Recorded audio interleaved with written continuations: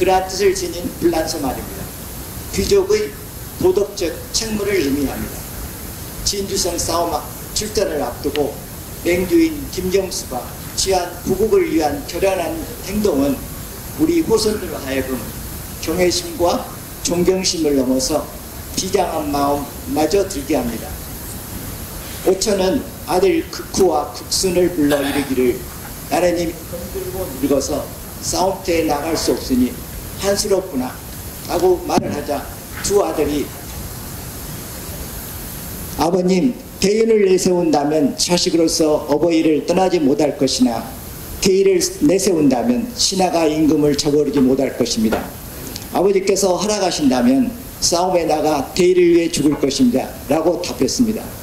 부모는 자식을 위해서는 목숨도 마다하지 않는다고 하는데 지금 전장에 나가면 살아올 가능성이 전혀 없는 상태에서 사랑하는 아들을 하나도 아니고 둘이나 전선에 보내야겠던 아버지의 마음은 어떠했을까? 실로 필설로는 다할 수 없는 단장의 아픔 그 이상이었을 것입니다. 아버지는 일서 슬픔을 감추고 기쁜 얼굴로 칭찬한 다음 의병을 거느리고 진주성으로 가도록 합니다. 그러나 두 아들이 지키던 진주성은 엄청난 외적의 수에 밀려 함락되고 아들 극후와 극수는 10일간의 격전 끝에 마침내 순사합니다. 두 아들이 죽고 진주성이 함락됐다는 소식을 들은 아버지는 말없이 붓을 들고 나는 너희들이 살아오기를 바랬으나 할 일을 하고 떳떳이 죽었으니 젊음이 아깝지 않도다. 의롭게 순절하였으니 장하도라 라고 말했습니다. 특히 오천의 둘째 자부는 부군의 순국 소식을 듣고 차결함을 없어 절개를 지켰습니다. 오천의 의로운 업적은 그동안 널리 알려지지 않았습니다. 지금 한반도의 정세는 시시각각 급변하고 있습니다. 이러한 국가적 위기 상황에서 호남 의병사의 한획을 긋는 남문창의 건위 수명의 모범을 보여준 오천의 삶을 조명하는 학술대회를 개최한 것은 그 의미가 크다고 아니할 수 없습니다. 이번 학술대회는 오랫동안 창토문화를 발굴하고 계승 발전시키는 데 진력을 다해온 전남문화원 연합회가 제37회 심포지엄의 일환으로 주관하고 문양 장성의 문화를 선도하는 역할을 담당해온 장성문화원이 주최하여 이루어졌습니다. 남문창의와 맹주 김경수 선생 재조명이라는 주제로 열리는 이번 학술대의 토론자와 발표자는 전국적인 명성을 지닌 임진왜란과 의병사를 전공한 사계의 권위자로 알려져 있습니다. 오늘 학술대회는 먼저 간단한 기조 발표에 의해서 전문학자 세 분의 논문 발표와 지정 토론의 순서로 진행됩니다. 논문 발표는 전남대학교 역사학과 김경태 교수님의 호남 의병 임진 정유회란 시기 호남 의병사에서의 남문창의 의미를, 충북대 사학과 김한진 교수님의 임진 전쟁기 장성 남문 의병진의 전쟁의식과 그 성격을, 고려대학교 글로벌 인문학 연구원 이경도 교수님의 오천 김경수의 학맥과 사상을 주제로 진행되며, 종합대로는 한밭 FM 임근혁 대표님, 그리고 전남연구원 문화관광연구원 김만호 실장님, 그리고 목포대 인문콘텐츠학부 나영원 교수가 지정 토론을 담당하며 객석 토론도 함께 참여합니다.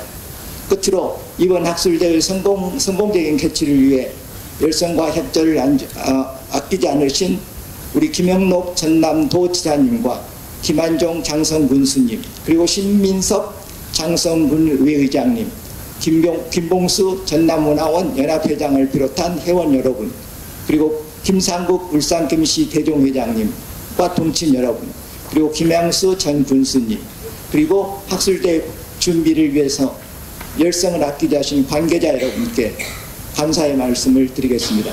감사합니다.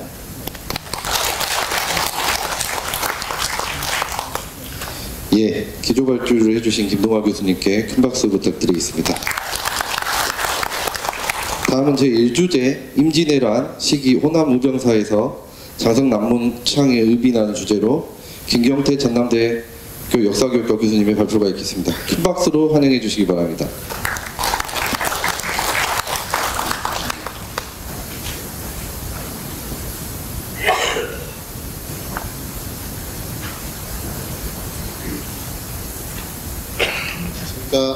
전남대 역사교육과의 김경태입니다. 먼저 이렇게 귀한 자리에 발표할 기회를 주신 모든 분들께 감사의 말씀 드리고 싶습니다. 저는 임진 정유 외란 시기 호남 의병사에서의 장성 남문창의 의미라는 제목으로 말씀을 드려보겠습니다. 목차는 이렇게 구성을 했고요. 머리말부터 말씀드리겠습니다. 임진왜란은 1592년 음력 4월 14일부터 이제 전투가 시작됐습니다. 전쟁 초에 관군은 준비하지 못했던 어떤 이런 전쟁에 연이은 패배를 당했고 수도 한성도 함락을 됐습니다. 그러나 이제 전국에서는 이렇게 일본군이 침략한 지역에서도 의병들이 공기를 해서요 저항을 하기 시작했고, 호남은 이제 임진왜란 초기에는 직접적인 침략을 당하지 않았기 때문에 조금 더 이제 준비를 해서 공기를 의병들이 일어나 저항을 하기 시작했습니다.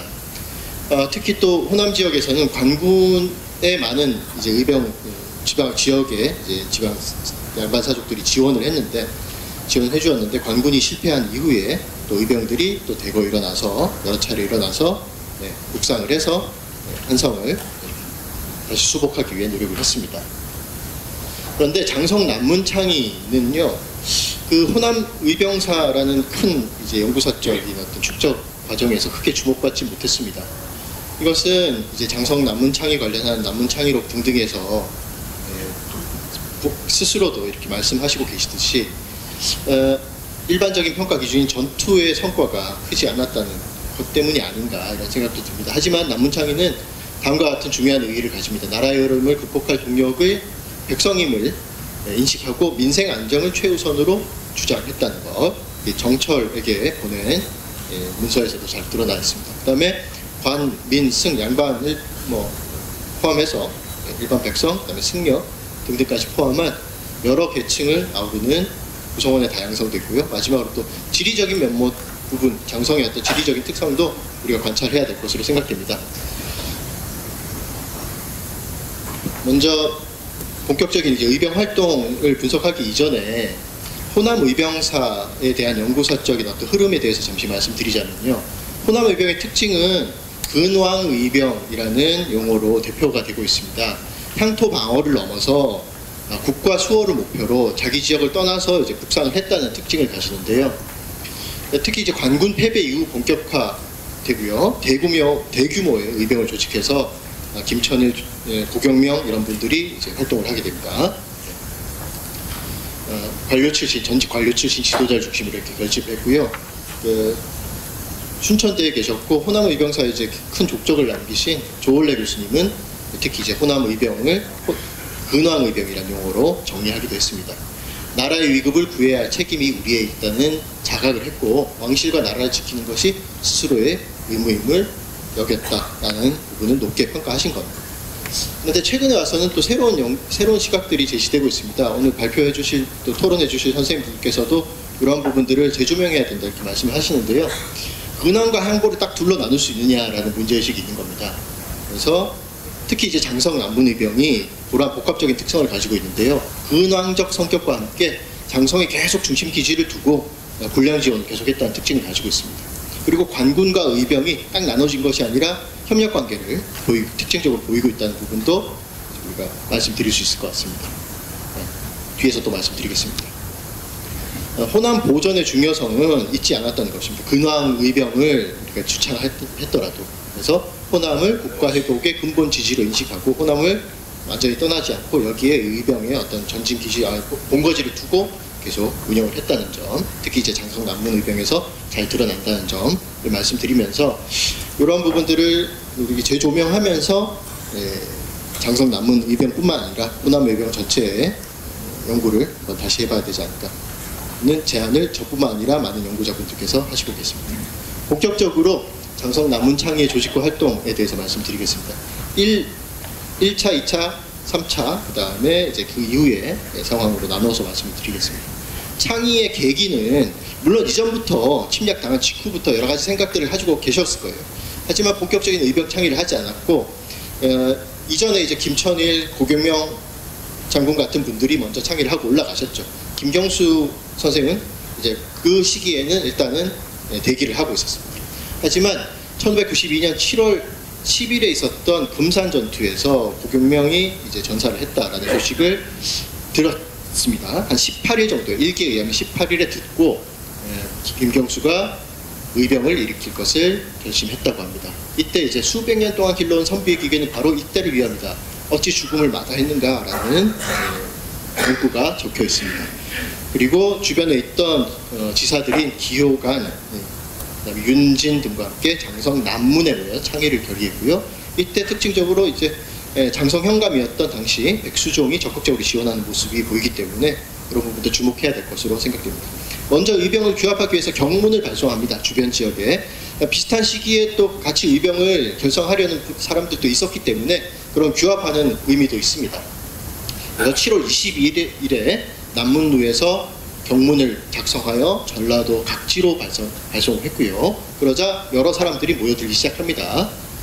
창의 이틀 만에 7월 23일에 많은 인사들이 가솔을 이끌고 합류를 합니다. 의병의 주력들은 보통 이렇게 가솔들이죠. 그런데 이때 이제 대사를 보면 굉장히 이제 당당한 이런 오랑캐를 막는 장성, 만리장성이 있었는데 이제는 외적을 막는 장성입니다. 그러니까 약간 그 같은 단어를 가지고 동의 단어를 가지고 이제 기계에 있는 모습을 보여주는 부분이라고 생각됩니다. 자, 8월 10일부터 1차 점검을 했는데 그렇게 많다고는 할 수 없는 숫자였습니다. 이제 호남 지역에서는 1차, 2차 창의에서 많은 분들이 이제 의병으로 이미 올라가셨기 때문에 많지는 않았습니다. 적다고 판단을 하면서도 훈련을 계속했고요. 때마침 광해군, 왕세자 광해군의 유씨의 의병들이 사기가 크게 오르는 장면들이 보입니다. 근데 이것은 뭐 쇠미록 같은 비슷한 시기에 다른 일기 자료들을 봐도 광해군이나 선조 유씨들이 호남 지역으로 내려오고 이런 것들이 의병들에게 큰 힘이 되었다는 것을 동시에 알 수 있는 자료들이 있으니까요. 비교 검토도 계속 해야 될 것 같습니다.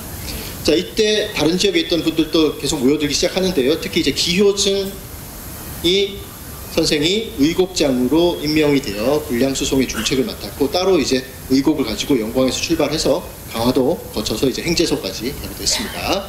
이것은 이제 기호증 선생이 남긴 함제 근황록이라는 사료에 또 나와 있으니까 같이 이제 검토를 해야 되겠죠. 그러나 이제 모인 의병이 결코 이제 충분하다고 볼 수 없었기 때문에 아쉬움을 남긴 채 이제 일단은 해산을 합니다. 1차적으로. 이때 이 순간에 이제 병사 239명, 분량 190적 정도였습니다. 세를 규합한 후 각자 자기의 지역으로 돌아가서 세를 규합한 후 다시 모이기로 했고요. 이것은 전략적 선택이었다고 생각이 됩니다. 재집결까지 한 달 정도 걸렸습니다. 이때 어떤 기록들을 보면 굉장히 이제 우려하고 안절부절하는 모습들도 있어요. 이제 흩어졌다가 다시 모이지 못하면 어떨까 이런 걱정들을 하지만 김경수는 각지에 이제 편지를 보내서 김경 선생은 재집결을 독려했고 11월 9일 굉장히 어떻게 보면 시간이 꽤 지났는데도 재집결을 한 겁니다. 그래서 남문으로 재집결해서 11월 17일에 지휘부를 추대하고 조직을 완비하는데 이때 맹주는 김경수 선생이었는데 김재민이란 분이 이제 다른 데서 전투를 치르고 또 이곳으로 와서 남문일기에 따르면 창의일기 등에 따르면 직접 이제 부대를 이끌고 전투에 임하는 역할을 김재민 선생이 담당했다고 나와 있습니다. 군량, 군사 등 각 부서의 책임자를 정하는 모습들이 보이고요. 여기에 대해서는 이제 오늘 토론해 주실 김만호 선생님께서 자세히 말씀을 해주셨습니다. 또 한편 도채찰사, 당시 이제 호남 도채찰사 임명된 정철에게 상서를 보내서 민생 안정, 의병 조직 지원 필요성을 강조하는 10개 조목의 정책을 견의했는데 굉장히 현실적이고 실효성이 있는 부분이었고 김한실 선생님께서 이제 말씀을 해주실 것 같습니다. 이건 AI가 만든 제가 명령을 넣어서 만든 그림인데 좀 부족한 부분이 아직은 많은 것 같습니다. 네, 이건 이제 조선 후기의 해동 지도입니다. 제가 남문이 당시 어디였을까 이제 지도상에서 찾아보려고 했는데 명확하게 남문 어떤 뭐 이런 비나 이런 부분들이 기재되어 있지는 않은 것 같아요. 그리고 이건 이제 1897년 지도입니다. 남북으로 나뉘어져 있는데요. 맨 위에 있는 곳이 이밤산성이고 그 밑에 보이는 곳이 관아입니다. 자, 출진과 북상 보시겠습니다. 11월 24일 의병 꽤 많이 모았습니다. 1651명, 분량 496석. 전혀 충분하다고 볼 수 없지만, 자, 당연히 이제 겨울이었기 때문에 혹독한 추위, 눈보라에 대한 기록들도 계속 나옵니다. 그렇지만 이제 포기하지 않고 계속 북상을 했고요. 이때 김경수 선생은 계속 장성에 있으면서 진을 유지하고 있습니다. 이것도 중요합니다. 군량미를 다른 지역에도 보내고요. 당연히 이제 의병진에게도 보내고 행제서로도 보냅니다. 그런 기록들이 이제 창의일기, 남문일기에 나와 있고요. 자, 북상하던 장성, 남문, 창의군은 직산 지역에서 일본군과 맞붙게 됩니다. 그러니까 정유재란 씨의 직산 전투와는 다릅니다. 제가 여기는 직산 전투라고 썼지만 직산 지역에서 전투가 있었습니다. 일본군과 교전해서 수백의 일본군과 교전해서 수십의 목을 베는 전과를 올렸습니다. 그러나 굉장히 이제 그 어떤 반응들이 솔직합니다. 이렇게 뭐 대단한 전과를 올렸다 이렇게 자랑하고 막 행제소에 이렇게 상소를 올리는 게 아니라 좀 이렇게 우리가 오랫동안 의병을 결성해서 훈련해서 올라왔는데 자랑스럽지 않아, 조금 그렇게 내세울 만한 것은 아니다, 이런 겸손한 부분들을 많이 보이고 있습니다. 이런 부분들이 지금까지 이런 어떤 장성 남문창의가 우리가 생각하는 것만큼 널리 알려지지 않게 된 원인 중에 하나가 아닌가 싶기도 합니다. 그리고 왜군 정탐꾼을 잡아서 처형했다라는 기록도 있는데요. 이때 이제 조선인 출신으로 이제 도적대가 돼서 각지를 약탈하던 사람들도 있었는데 그 사람들이 아닌가 싶기도 합니다. 왜냐하면 풀어주기 때문에. 그런 추정을 해봤고요. 단편적인 사료이긴 하지만 이제 1593년 1월 귀환 결정을 하게 됩니다. 여기에 있어서는 제가 추정하건대 아마 여러 선학들이 말씀하셨듯이 군량 부족도 원인이었고, 명군이 이제 대규모로 구원군으로 파견된 명군이 평양성을 되찾고 이제 남하하고 있는 과정이었기 때문에 아마 여러 가지 어려움도 있고 명군도 참전했기 때문에 남하를 결정한 것이 아닌가 싶습니다. 그러면 남하하는 과정에서 이제 군량 부족이 계속 심화돼서 이제 장성에 연락을 해서 군량을 좀 지원해달라는 연락을 했고, 이때 계속 장성에서 본진을 유지하고 있던 김경수 선생이 군량을 보내서 도움을 주기도 했습니다. 한편 이때 김재민의 아들 중에 한 분이었던 김훈은 권율의 부대에 참전해서 행주산성 전투에 참전했다는 기록도 있습니다. 이제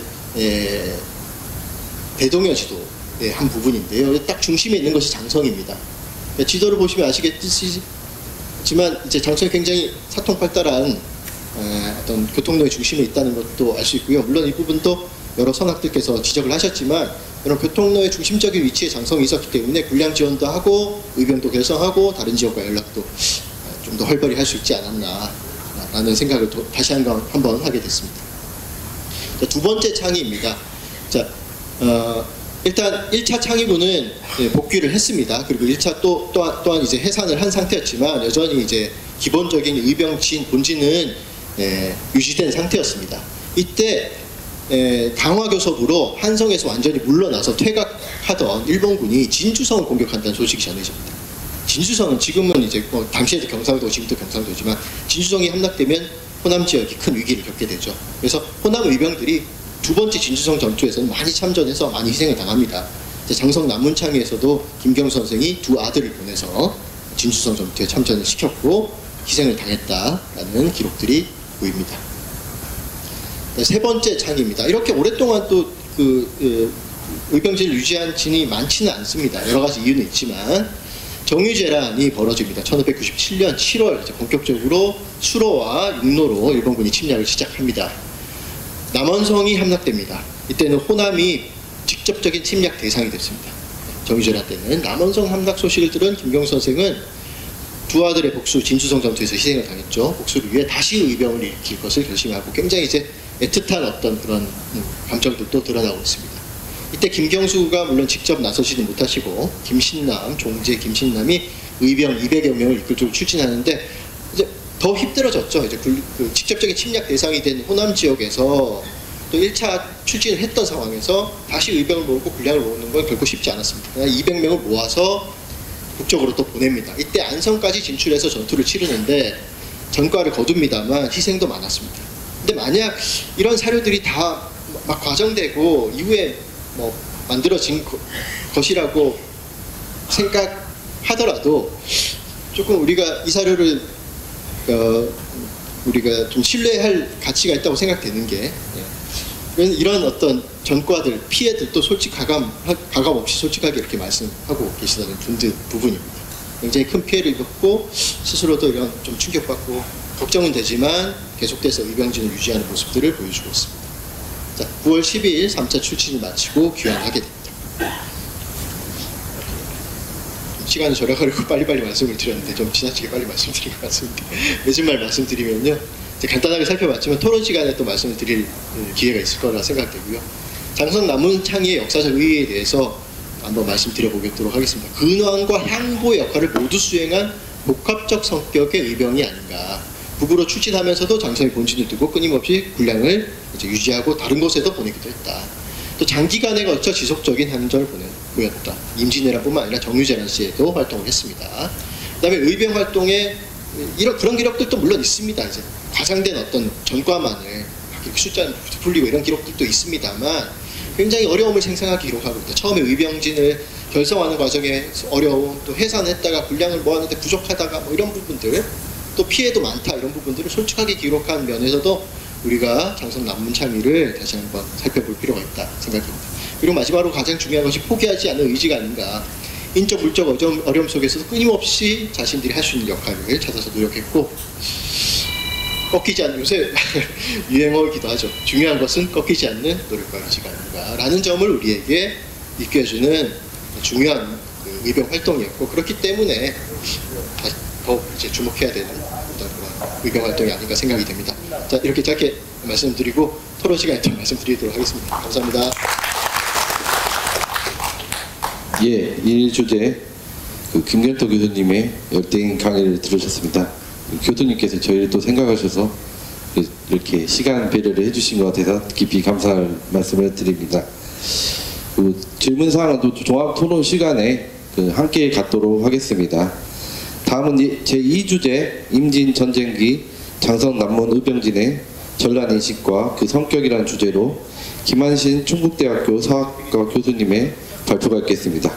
큰 박수로 환영해 주시기 바랍니다.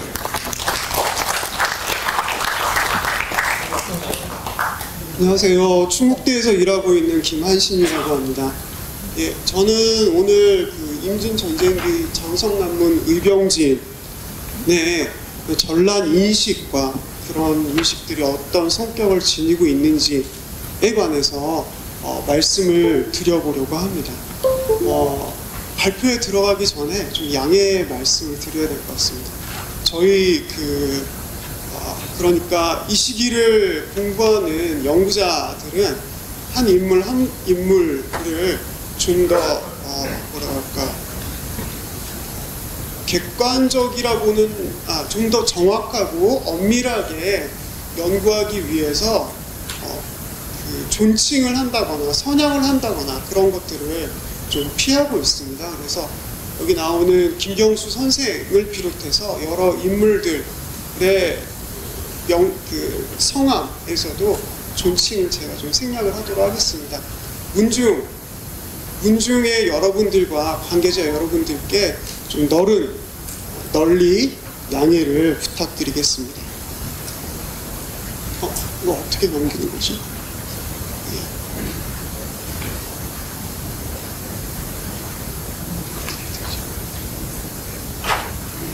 존칭을 안 붙이고요.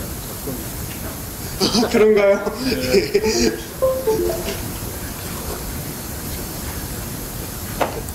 밑으로 하면 됩니까?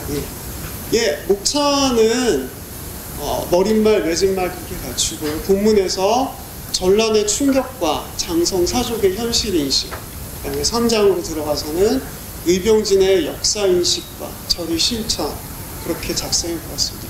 의병진의 역사인식 해서 역사인식이 모호하다라는 토론자의 지적이 있었는데요. 그 점 이따가 좀 더 상세하게 말씀드리고, 오늘 제가 준비한 이 발표 자료는 좀 짧습니다.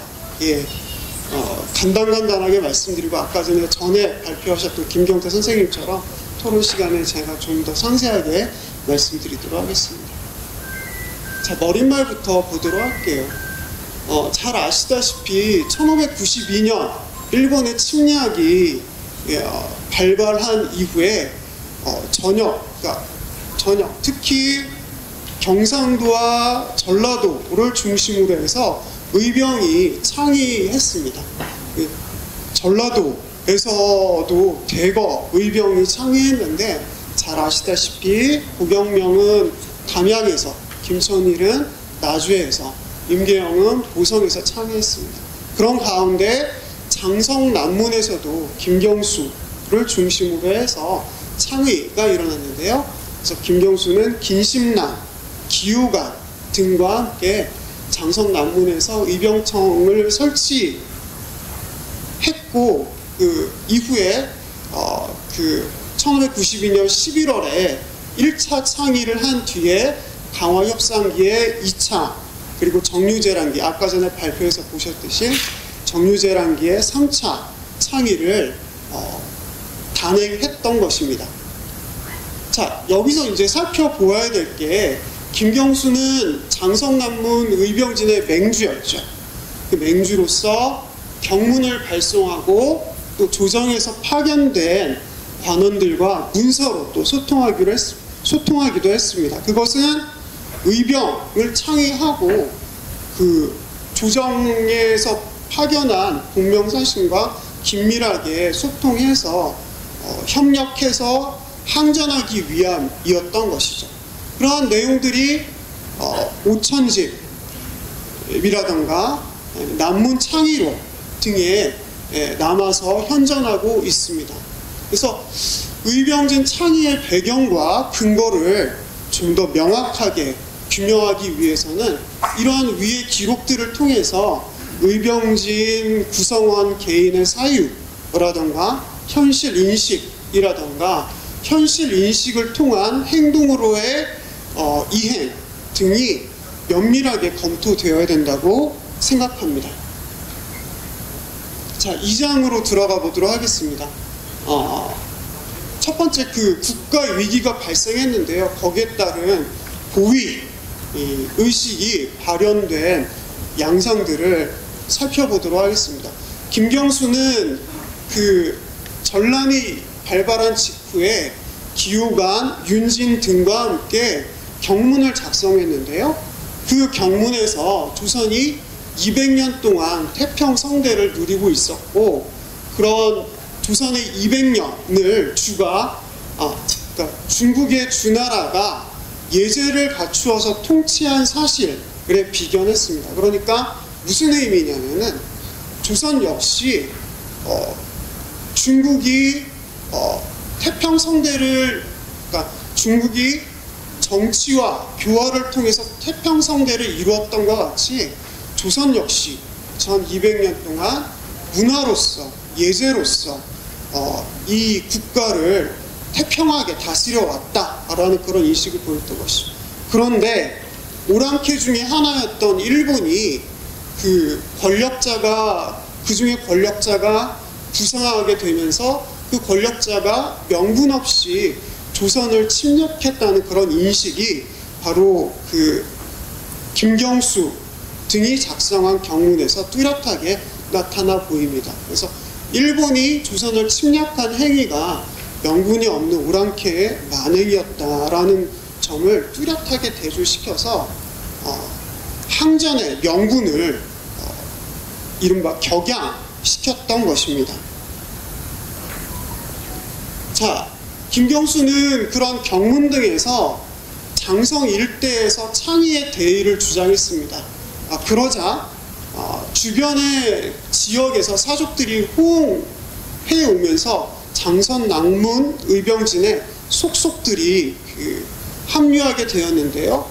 여기 발표문에 보시듯이, 발표 자료에서 보시듯이 고창의 김중기 형제라던가 또 고창의 김홍우 형제라던가 담양의 김원욱 형제 등등이 속속 적극적으로 대의에 동의한다는 그런 의사 표현을 하면서 참여했던 것입니다.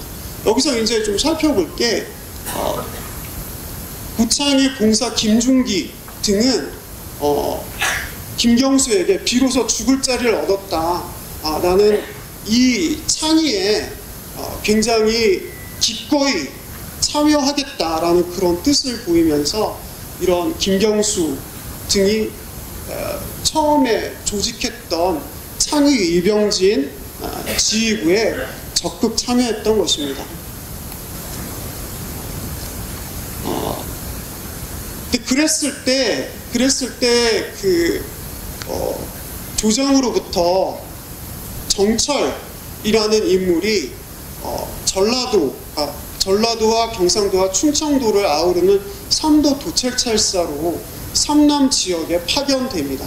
그래서 김경수는 정철과 긴밀하게 서신으로 소통하면서 어떻게 하면 항전의 그런 효과를 높일 수 있을지에 관해서 자신의 제안을 하게 되는데요. 물론 여기서의 이 정철과의 소통에서도 저는 김경수 혼자만의 생각이 반영된 것이 아니라 의병진 지휘부와의 상의 끝에 이러한 건의를 정철에게 전달했다고 생각하고 있습니다.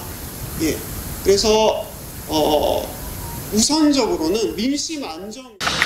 사실 이제 저는 서울에서 직장을 다니고 있는데 장성은 상당히 인연이 깊습니다. 작년에도 황영면에서 대중강연을 했고요. 지난주에도 요 바로 옆에 있는 문양고등학교에서 고등학생 대상으로 하서 선생님에 대해서 열심히. 오늘은 이제 오천 선생님에 대해서 이제 간략하게 말씀드리도록 하겠습니다. 예, 뭐 임진왜란과 남문창에 대해서는 앞에 두 교수님께서 말씀하셨으니까 간단히 넘어가도록 하겠습니다. 뭐 사실 오늘 이제 의 주제도 그렇지만 오천 선생님은 남문창의 맹주시죠. 이제 맹주시고 그와 관련해서 여러 활동들을 하신 걸로 나타나 있습니다. 그와 관련해서 사실 이제 어떤 사람의 어떤 한 인물의 사상이라든가 그 사람이 어떤 행동을 했는지 추적하기 위해서는 과연 그 사람은 어떤 사람과 교류를 했고 그 사람이 평소에 어떤 생각을 하는지가 굉장히 중요하다고 보여집니다. 사실 여러 인물들이 있습니다. 오천 선생님은 역시 장성을 대표하는 인물이시기도 한데 대체로 이제 관련 인물들은 이제 백부인 서수원 선생과 그리고 장성을 대표한 하서 선생, 그리고 이제 광주에 계시죠. 고봉 선생, 그리고 조선 성리학의 양대 거두라 하면 퇴계 선생과 율곡 선생을 들 수 있죠. 율곡 선생, 요 네 분들이 대체로 많은 언급을 하기도 하고 이 오천 선생님의 영향을 끼쳤다고 알려져 있습니다. 사실 그래서 이제 실제로 오천 선생님의 학문과 관련된 여러 논의를 보면은 오천 선생님은 실제로 관료 생활을 하시지는 않으셨기 때문에 사실상 장성 혹은 호남의 대표적인 재야 지식인인 사립이라는 평가를 할 수 있고요. 그리고 이분이 과연 왜 남문창이라는 그 실제로 임진왜란 당시에 을을 기치로 해서 내세우게 되었는가 라는 부분이 하나 있을 수 있고, 마지막으로는 그런 오천 선생님의 사상은 우리한테 어떤 도움을 줄 것인가 이런 것들을 이제 파악해 볼 수 있을 것 같습니다. 예, 그래서 처음으로 이제 살펴볼 부분은 이제 오천 선생님이 어떤 분들의 이제 학문적 영향을 끼쳤고 그리고 어떤 사람과 교류를 하게 되었는가를 살펴보도록 하겠습니다. 기본적으로 이제 그 오천 선생님이 그 학문을 시작하게 된 배경들은 행장이라든가 이제 문집인 오천집을 토대로 보면은 그 서수원, 백부인 서수원 선생에게 영향을 받은 걸로 알려져 있습니다. 실제로 서수원 선생과 같은 경우는 오천의 백부기도 하고 실제로 부흥교라든가 고부군수를 역임하면서 여러 관직 생활을 했습니다. 사실 이제 그 관직 생활을 할 때에는 장성이 안 계시기 때문에 이제 실제로 공부를 배울 수가 없죠. 그래서 실제로 오천 선생이 서수원 선생이 낙향한 시점에 가학을 전수받은 거로 기록을 하고 있고요. 그리고 이제 오천집에 나와 있는 걸 토대로 보면은 효경이라든가 소학 같은 텍스트들, 그러니까 유교 경전에 대한 주요 저작들을 이 서수원 선생한테 배운 걸로 알려져 있습니다. 이제 그 중에서도 사실 주목되는 것은 이 소학을 배웠다는 부분입니다. 소학이라 그러면 뭐 어린 아이들이 공부하는 책 이렇게 이해할 수 있지만 사실 소학이라고 하는 것은 성리학 입문서로서 조선시대에 이제 성리학 공부한다는 가장 기초가 되는 텍스트 중에 하나입니다. 근데 이거는 단순하게 어떤 초등교재, 뭐 지금은 초등학생 교과서 이렇게 볼 수는 없고 실제로 이 소학 내에서는 유학의 실천이라든가 지침을 마련한다는 점에서 특히 오천 선생이 사셨던 15세기 후반 혹은 16세기에 걸쳐서 이른바 재야지식이었던 사림들이 굉장히 강조했던 텍스트 중에 하나입니다. 왜냐하면 실제로 성리학적 인간이 되기 위해서 중요한 것은 실천이죠. 이제 공잘, 맹잘에서 사서성경 외우는 것뿐만 아니라 내가 어떤 학문을 추구해야 되고 실천해야 되는지가 가장 중요한데, 그것을 이 오천 선생은 바로 백부였던 서수원 선생한테 배운 것이 굉장히 주목된다고 볼 수 있겠습니다. 그러한 모습을 토대로 봤을 때 실제로 오천 선생의 학문과는 어린 시절에 썼던 시에서 잘 드러납니다. 요게 이제 그 오천집에 나와 있는 시 중에 하나인데요. 책에는 쓸데없는 가르침이 없고, 그리고 선비에겐 세상을 위하는 마음이 있다. 유의라고 할 때, 여기서 보통 한자로서 유의라고 하는 것은 뭐 무엇을 한다 이런 뜻보다는 가장 큰 일, 세상을 위해서 도움을 되는 일이라는 부분이죠. 어린 시절에 이러한 생각을 하신 것 자체가 실제로 내가 공부하는 목적은 무엇인가, 입신양명 같이 과거 시험을 공부해가지고 출세하는 그것이 아니라 실제로 내가 유학, 성리학을 공부하는 것은 세상에 도움이 되는 학문, 그리고 진리를 추구하게 하는 학문으로서의 중요한 모습이다라는 걸 볼 수가 있습니다. 이와 더불어서 이제 이 오천집에는 이 오천 선생님이 어떤 분들과 교류를 했고 학문적 영향을 끼친지가 나와 있습니다. 대체로 나와 있는 걸 보면은 하서 선생, 그리고 그와 더불어서 금강하고 망암 이런 선생과도 교류를 했고, 그 이후 이외에도 이제 장성뿐은 아니지만 율곡 선생이라든가 고봉 선생을 찾아가기도 했고, 이와 관련해서 호남의 주요 학자들과도 이제 교류를 한 것을 볼 수가 있습니다. 그 중에서도 이제 오천 선생의 사상에 가장 큰 영향을 끼친 사람이 누구냐라고 할 때는 아무래도 이제 장성을 대표하는 인물의 하나죠. 이제 하서 선생님의 영향을 많이 끼친 것으로 나타나고 있습니다. 실제로 하서 선생님이 선생님이 이제 간행했던 하서전집이 이제 올해 그 번역이 이루어져가지고 한번 몇 달 전에 행사를 한 것도 알고 있는데요. 실제로 하서 선생님과 관련해서 그러면 오천 선생님이 어떤 학문적 경향을 갖고 있느냐 봤을 때 크게 보면은 성리설이 있을 수 있고요. 그리고 다음으로는 절개. 뭐 사실 하서 선생님 하면은 인종을 비롯해서 이제 사림을 중심으로 했던 사상을 가지고 있을 뿐만 아니라 을사사라고 하는 이제 사림을 일막타진했던 여러 사화에 대해서 사화 이후에는 낙향하시고 이제 후학들을 양성했던 이런 분들이죠. 이제 이런 분위기 때문에 이런 모습들, 그리고 이러한 시대 이제 그리고 오천 선생이 이 시대를 어떻게 파악할 거냐에 대해서 잘 인식하는 데서 하 선생님이 영향을 끼친 걸로 생각이 됩니다.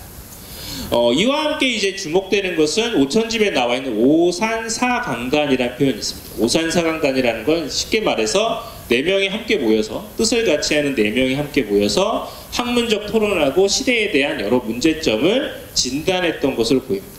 아쉽게도 사실은 이런 여러 논의들이라든가 성리설에 대한 얘기를 했을 것 같은데 기록은 남아있지가 않습니다. 다만 이제 어떤 분들하고 대체로 교류를 했냐면 금강하고 그리고 망암 선생을 주로 하고 있습니다. 대체로 이제 금강 선생과 하곡 선생은 이제 사립, 제야 지식인으로 주로 활동했고, 망암 선생 같은 경우는 사실상 관료 생활을 많이 하셨죠. 이제 그렇기 때문에 이분들과 다양한 교류를 한 걸 볼 수 있고, 실제로 금강 선생 같은 경우는 남문창에 같이 참여를 하신 분이기도 하고, 이제 하곡 선생은 호남의 응대군자로서 항천에서 교육과 학문을 수행했다는 점에서 오천 선생과 유사한 형태를 보입니다. 그러니까 이런 분들과 함께 학문적 교류를 했던 것이 이제 오천 선생의 주요 특징이라고 볼 수 있겠습니다. 그리고 이제 이런 분들은 대체로 장성을 중심으로 해서 이제 호남 분들을 중심으로 해서 교류를 했다 한다면, 이제 그 오천집에 나와 있는 인물 중에 호남 분이 아닌 분이 하나 있습니다. 그분이 누구냐? 율곡 이희 선생. 실제로 이 오천 선생님이 나중에 말씀드리기도 하지만 율곡 선생과 사상적으로 유사한 부분들이 많이 보입니다. 그리고 실제로 이러한 부분에 있어서 이 오천 선생은 율곡 선생과 어느 정도 교류를 한 것으로 확인이 되는데, 그런 부분들을 잠깐 살펴보도록 하겠습니다. 사실 이제 율곡 선생과 관련된 문인록이 있습니다. 이제 율곡의 제자가 누구냐라 그래서 이제 이 조선 시대에 많은 기록이 있는데, 아쉽게도 오천 선생 자체가 거기에 기재되는 기록은 많이 나와 있지 않지만 대체로 망암 선생과 인연이 많이 나타나 있습니다. 그래서 망암집에 보면은 실제로 이 율곡 선생과 이제 망암 선생이 어떻게 교류를 가지게 되었고 이런 분들이 많이 나와 있고요. 그와 더불어서 실제로 정철, 이제 송강 선생을 비롯해서 율곡 문인과 많은 교류를 하고 있고, 그리고 단편적이지만 오천집에 나와 있는 다양한 성리학적, 유학적 개념들에는 학문적 유사성을 보이고 실제로 경목욕일이라는 성악지묘 등의 율곡 선생의 텍스트들과 오천집에 나와 있는 일부 편린들은 비슷한 걸 볼 수 있습니다. 이와 함께 이 오천 선생이 율곡이와 관련된 여러 활동이 있는데요. 이제 대표적인 것은 개미 삼찬이라는 평가가 있습니다. 이 개미 삼찬이라는 것에 대해서 잘 모르실 수도 있는데요. 1583년에 일어난 사건입니다. 쉽게 말해서 당시에 율곡 선생님이 병조판서로 계셨는데요. 이제 북방의 니탄계라고 하는 연희조 추장이 그 북방으로 침입해가지고 이 사고를 벌이킨 사건이 있습니다. 이제 그때 병조판서였던 율곡 이의가 있었는데 여러 정적 행위를 했겠죠. 결국은 전라는 승리로 종결이 됐습니다. 근데 그 과정에서 당시 이제 정치적으로 반대편에 있었던 동인계에서 이 당시 했던 여러 행위들이 율곡이가 잘못했다라고 평가하면서 비판을 하는데요.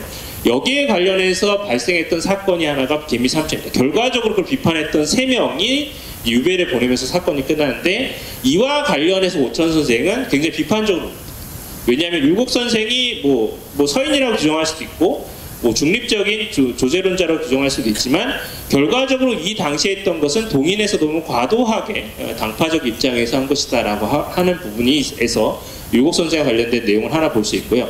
사실 그거보다도 더 중요한 것은 이 난문창의와 관련된 내용입니다. 이제 난문창의에 일어났을 때 이제 실제로 이제 호남 저리록이라든가 이제 관련 기록을 보면 당시에 이제 장성영감이 누구냐면 묵제익이라는 분.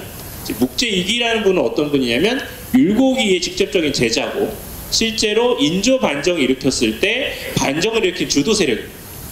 근데 어쨌든 이 난문창의 당시 묵제 선생과도 굉장히 많은 교류와 협업 관계를 거쳐서 의병을 양성하고 출전하기도 합니다.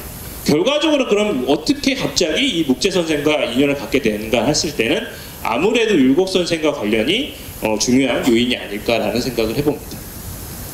이와 더불어서 이제 고봉 선생과 관련해서도 이제 일부 활동들이 보이고 실제로 1570년 정도에 이 고봉 선생이 낙향을 하세요. 이제 나감으로 알려져 있는 곳에 이제 정착을 하신데 아마도 오천 선생이 이 시기에 교류를 하지 않았을까라는 생각을 해봅니다. 그러면 이런 여러분들의 어떤 학문적 교류를 통해서 그럼 오천 선생의 사상을 어떻게 요약할 수 있을 것인가? 사실 굉장히 힘들었습니다. 왜냐하면 오천집에는 다양한 내용이 있지만 아무래도 난문창의와 관련된 내용들이 상당히 많습니다. 워낙 이제 오천 선생이 그게 유명하시니까요. 하지만 그 내용 속에서 추출해보면 저는 3가지로 구분해봤습니다.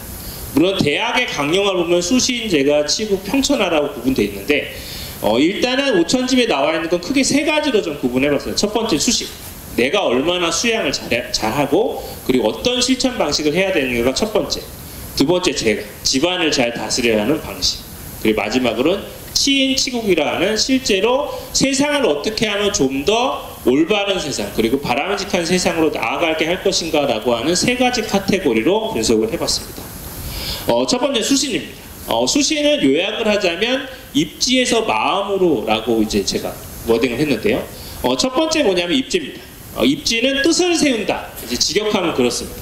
근데 뜻을 세운다는 요 뜻은 사실상 결과적으로 내가 공부를 하는데 어떤 방향으로 해야 되는 철칙을 보여줍니다. 근데 여기 이제 오천 선생이 이런 말씀을 하세요. 학문이라는 것은 뜻을 세우는 것보다 먼저 할 것이 없으며 도의 뜻을 두었다면 곧 마음을 바르게 해야 된다.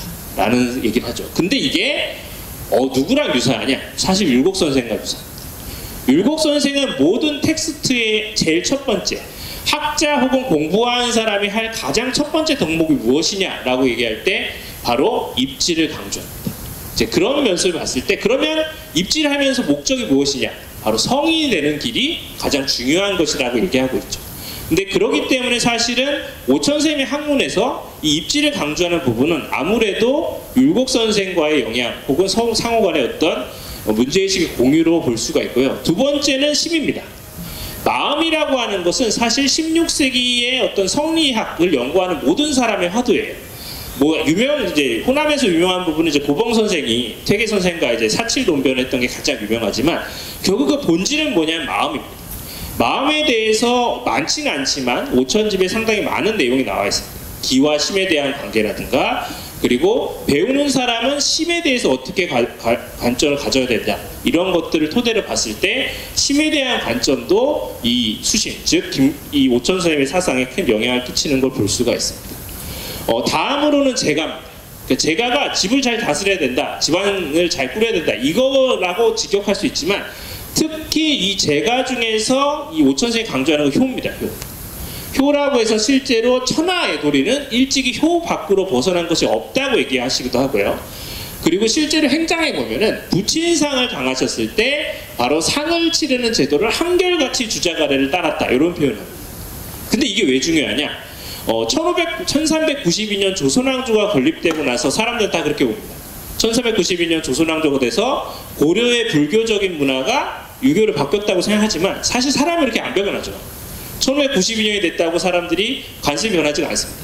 대략 100년, 200년 정도 지나면서 관습이 변하는데 그 관습을 변하는 데서 중요한 것이 바로 가래입니다. 집안의례죠. 가묘가 일어났고 제사를 지내는 이런 전통인데 실제로 16세기까지도 이런 문화가 정착이 되지 않았음에도 불구하고 오천 선생이 이것을 철저하게 따르는 모습을 볼 수가 있습니다. 이런 모습을 봤을 때 성리학자로서의 모습, 그리고 그 지향적 뭐냐, 성리학적 효를 지향했던 이 오천 선생의 모습을 볼 수가 있고, 이 부분에 있어서는 이따 뭐 잠깐 이제 그 토론 시간에 얘기했지만 실제로 하서 선생님도 이 효를 많이 강조하시고 효부라는 시를 지으시기도 하죠. 이제 이런 부분들은 유사성을 보인다고 할 수 있겠습니다.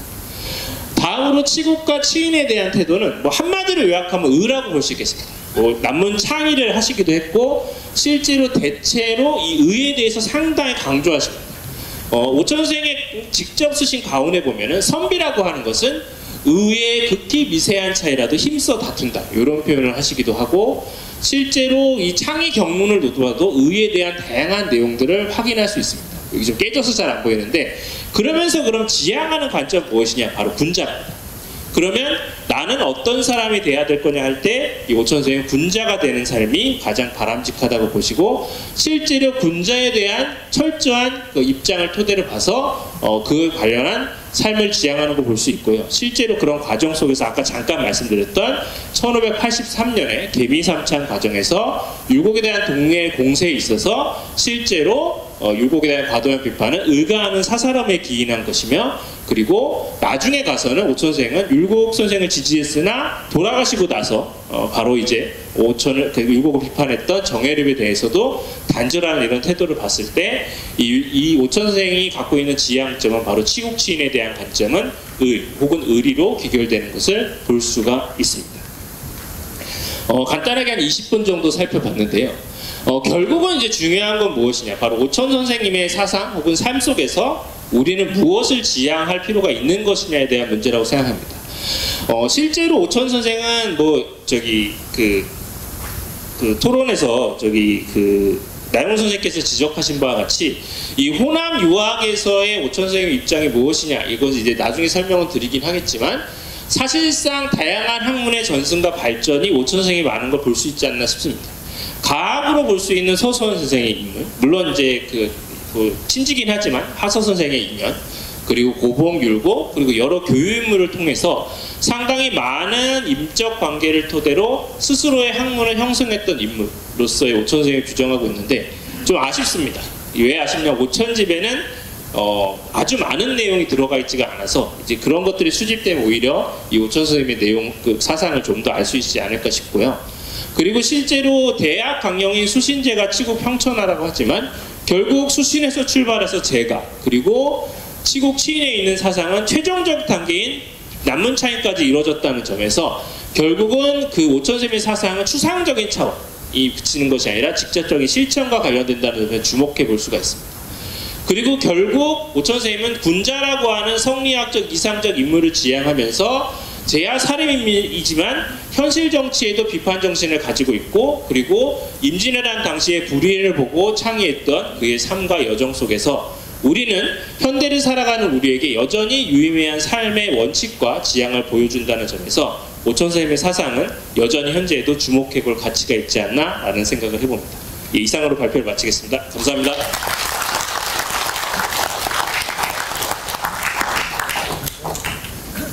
예, 다시 한번 3주제를 발표를 해주신 이경돈 교수님께 큰 박수로 부탁드리겠습니다. 예, 잠시 자리 정돈 후에 종합 토론을 진행하겠습니다. 이후는 차장이신 김동화 교수님을 비롯한 발표자분들과 토론자분들은 무대 위로 올라와 주시면 감사하고 그 진행은 우리 김동화 교수님께서 진행을 해주시겠습니다. 그 토론 시간을 갖고요. 그다음에 토론 이제 지정 토론자 3분하고 그다음에 시간이 허용한 데까지 혹시 우리 방청석에서 그 질의하실 분 있으시면 그 질의를 받도록 하겠습니다. 그 오늘 그 남문창이하고 우리 맹주 오천 김경수 선생님에 대한 그 학술대를 하고 있는데 사실 그 우리 오천공은 아까도 말씀드리다시피 두 아들을 진주 전투에서 바쳤고요. 그 다음에 그 넷째 아들인 숙명이라는 분은 그 정묘호란 때 김장생이 이끄는 거기에 의병으로 출전을 했습니다. 그리고 둘째 자부 되시는 분, 그러니까 하곡 정운용의 따님이신데 이분은 이제 부군이 돌아가셨다는 얘기를 듣고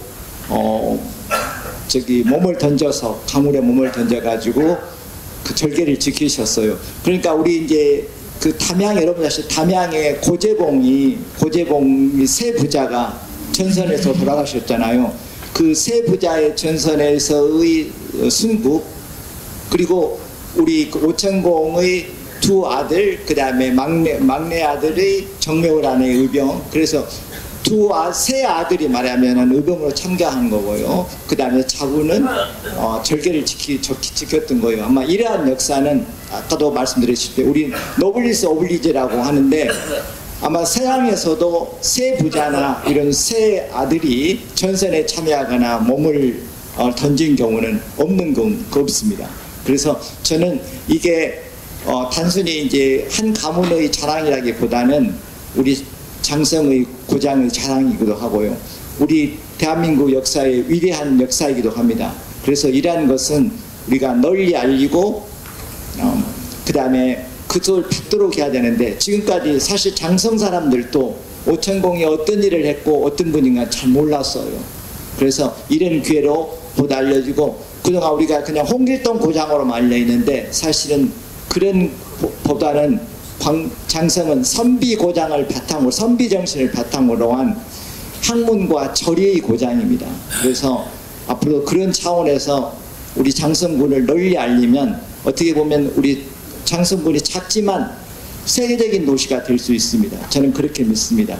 오늘 세 분 그 발표자께서 그 논문을 발표해 주셨는데 제가 사실 이 논문을 인쇄가 되던 바로 그날 내 거를 그 주위 분들한테 관심 있는 분들한테 보내드렸더니 한결같이 굉장히 칭찬을 하셨습니다. 왜냐하면 제가 학교에 많이 다녀보는데 이렇게 그 이번 세 분처럼 논문을 자세하게 많은 자료를 찾아가지고 그것을 분석하고 한 경우는 흔치 않았고요. 그 다음에 오늘 발표와 지금 토론에 참석해 주신 그 임도혁 지금 한밭 FM 대표님 같은 경우는 의병이 살아있다는 저서를 내셨는데 제가 사실 이제 그 책을 보고 이분을 우리 그 발표자의 발표에 대한 토론자로 모셔야겠다는 생각을 했습니다. 거듭 말씀드리고 그 다음에 아까 이제 마지막 우리 김경주 교수님인가요? 그 하서의 항맥에 관한 논문은 그동안 이제 우리가 남문창이가 어떻게 결성됐고 어떤 활동을 했다는 것만은 많이 알려졌는데 우리가 학문적인 적에서 어떤 하서하고의 항맥이랄지 주위의 분들하고의 그런 관계는 아마 제가 보기에는 가장 체계적으로 광범위하게 그 발표된 것은 이번이 처음인 것 같습니다. 그 점에 대해서는 정말 감사드리고요. 일단 그 세 분 발표하셨는데 그 주제에 대한 토론자분 세 분의 토론을 얘기를 먼저 하고 그 다음에 방송 측에서 혹시 질의 있으신 분은 질의를 받도록 하겠습니다. 그리고 정해진 시간 내에서 12시 40분 이전에 30분경에 끝내도록 하겠습니다. 먼저 첫 번째 발표에 대한 그 토론하신 분 선생님께서 좀 말씀해 주십시오. 네.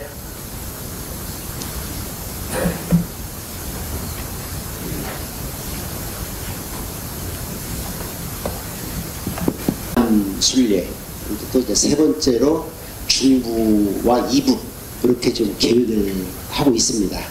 그래서 이제 의병에 대해서 관심이 많은데 사실 우리 지금 학계나 일반 국민들이나 의병에 대한 관심이 생각보다는 그렇게 많지 않습니다. 근데 저는 의병이야말로 오늘날의 대한민국을 있게 한 어떤 기저에 있는 큰 힘 아닐까 이렇게 생각을 합니다. 그런데 마침 그 장성문화원에서 오천 선생님에 대한 그 학술대회를 개최한다고 해서 기쁜 마음으로 멀리서 왔습니다.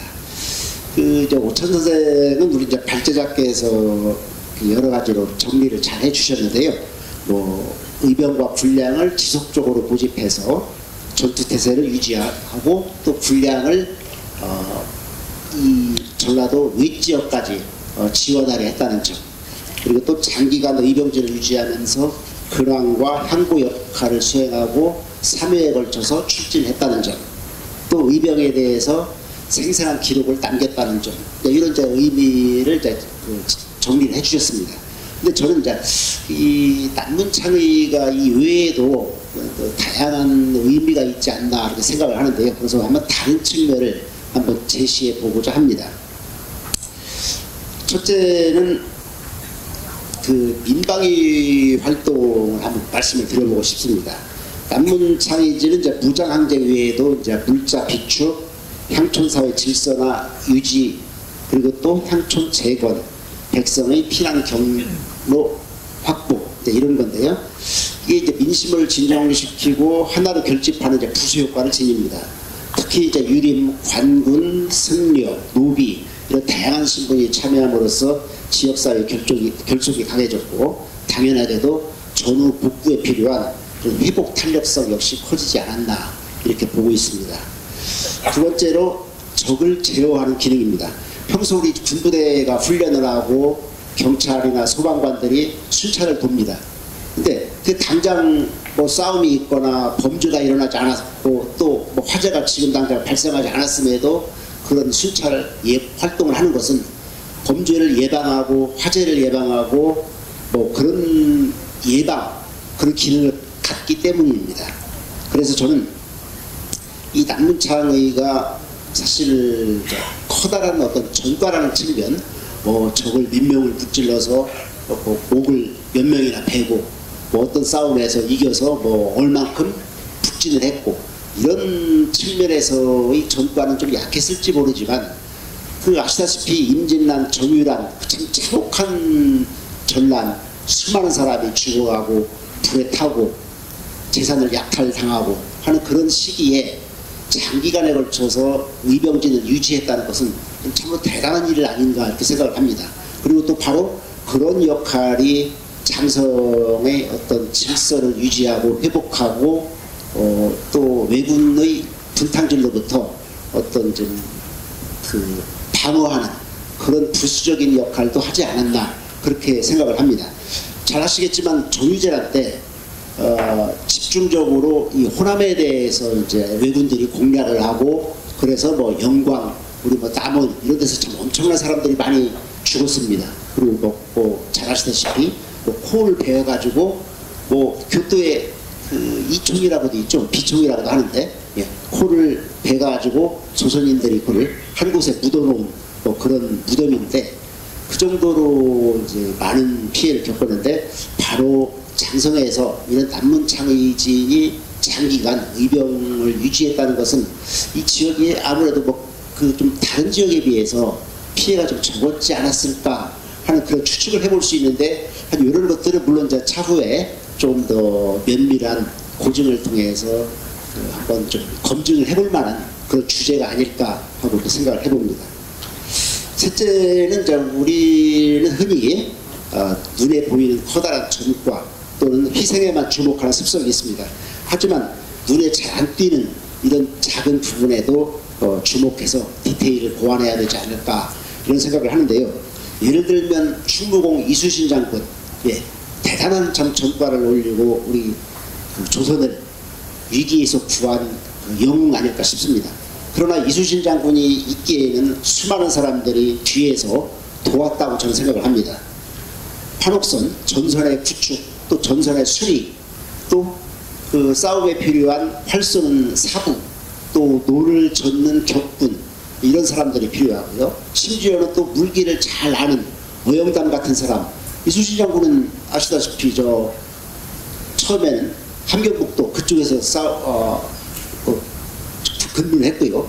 나중에는 또 여기 정읍 현감으로 근무를 했고, 실제 그래서 바다에서 근무하는 기회는 많지 않았습니다. 이 고흥에서 잠깐 발포반으로 있었던 적을 제외하거든요. 그럼에도 불구하고 임진왜란 초기부터 그 연전연승을 거둔 것은 아마 이제 어영단 같은 물길을 잘 아는 그런 분들이 있었고, 또 나주의 나대영 장군 같은 그 거북선 건조에 여러 가지 공헌을 많이 한 그런 분들이 있었고, 또 수군들이 밖에서 싸우려면 군량, 또 군복 옷이죠. 예, 그런 것들을 또 뒤에서 대줘야 하는 분들이 있고요. 이처럼 그 많은 사람들이 협력, 지원 이런 거 아래에서 전투가 이루어지는 건데요. 그래서 저희는 이순신 장군의 빛나는 승리 외에도 그런 다른 분들의 작은 공헌, 공로 이런 거 하나하나를 좀 잘 살펴야 되지 않을까 그런 생각을 하는데요. 이순신 장군의 어머니가 처음에는 아산에 계셨습니다. 근데 나중에는 이 여수로 오셔가지고 한 5년 정도 여수에서 머물게 됩니다. 그리고 이제 이순신 장군은 뭐 근무를 이제 한산도라든지 이런 데서 이제 근무를 하는데, 왜 이순신 장군의 어머니께서 여수에 5년 동안이나 묵게 됐을까요? 바로 이제 그 창원정 씨, 정씨 일가들이 이제 그 어머니를 잘 보살펴 줬기 때문인데요. 이 부분이 별거 아닌 것처럼 보일지는 모르지만 이순신 장군은 난중일기에서 수시로 어머니에 대한 걱정이 나오듯이 대단한 효자셨습니다.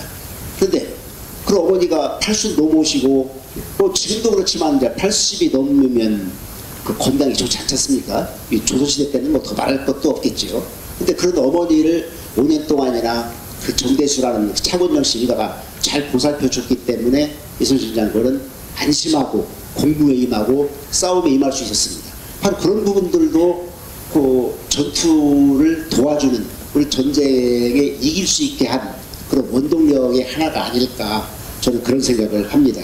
그래서 이 오천 선생이 남문에서 장기간 의병을 유지하면서 군량을 확보하고 향토 질서를 유지하거나 회복시키고, 이런 그 작은 디테일도 주목해야 우리가 임진왜란에 대한 좀 전사, 그런 부분들이 제대로 정리될 수 있지 않을까 그렇게 생각을 합니다. 군량 문제가 특히 그렇습니다. 군량은 참 절대적으로 중요하죠. 먹고 살아야 되니까요. 그런데 전쟁 중에 농사를 제대로 지을 수가 없었습니다.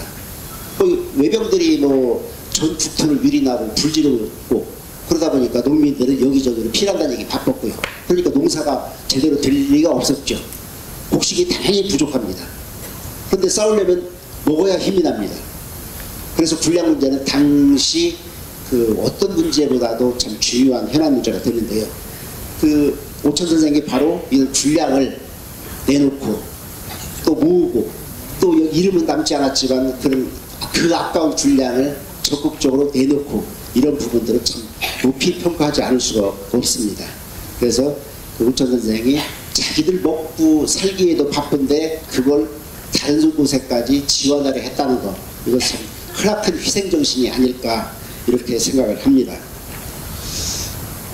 결론적으로 의병정신은 참 소중합니다. 계승하고 발전시키고 우리가 성찰하는 그런 기회를 삼아야 합니다. 장성에서 이런 지역민이 오천 선생을 중심으로 한뜻으로 뭉쳐 향토를 지키는 데 그치지 않고, 또 병력과 군량을 타지에 지원하고 했던 것은 이 나라를 지키는 숭고한 희생정신이 아닌가 그렇게 생각을 합니다. 참 오천 선생은 이 장성뿐만 아니라 우리 대한민국의 그 지금 살아 숨쉬는 그런 소중한 정신을 간직하고 발현시킨 분 아닐까 그렇게 생각을 합니다. 이상입니다.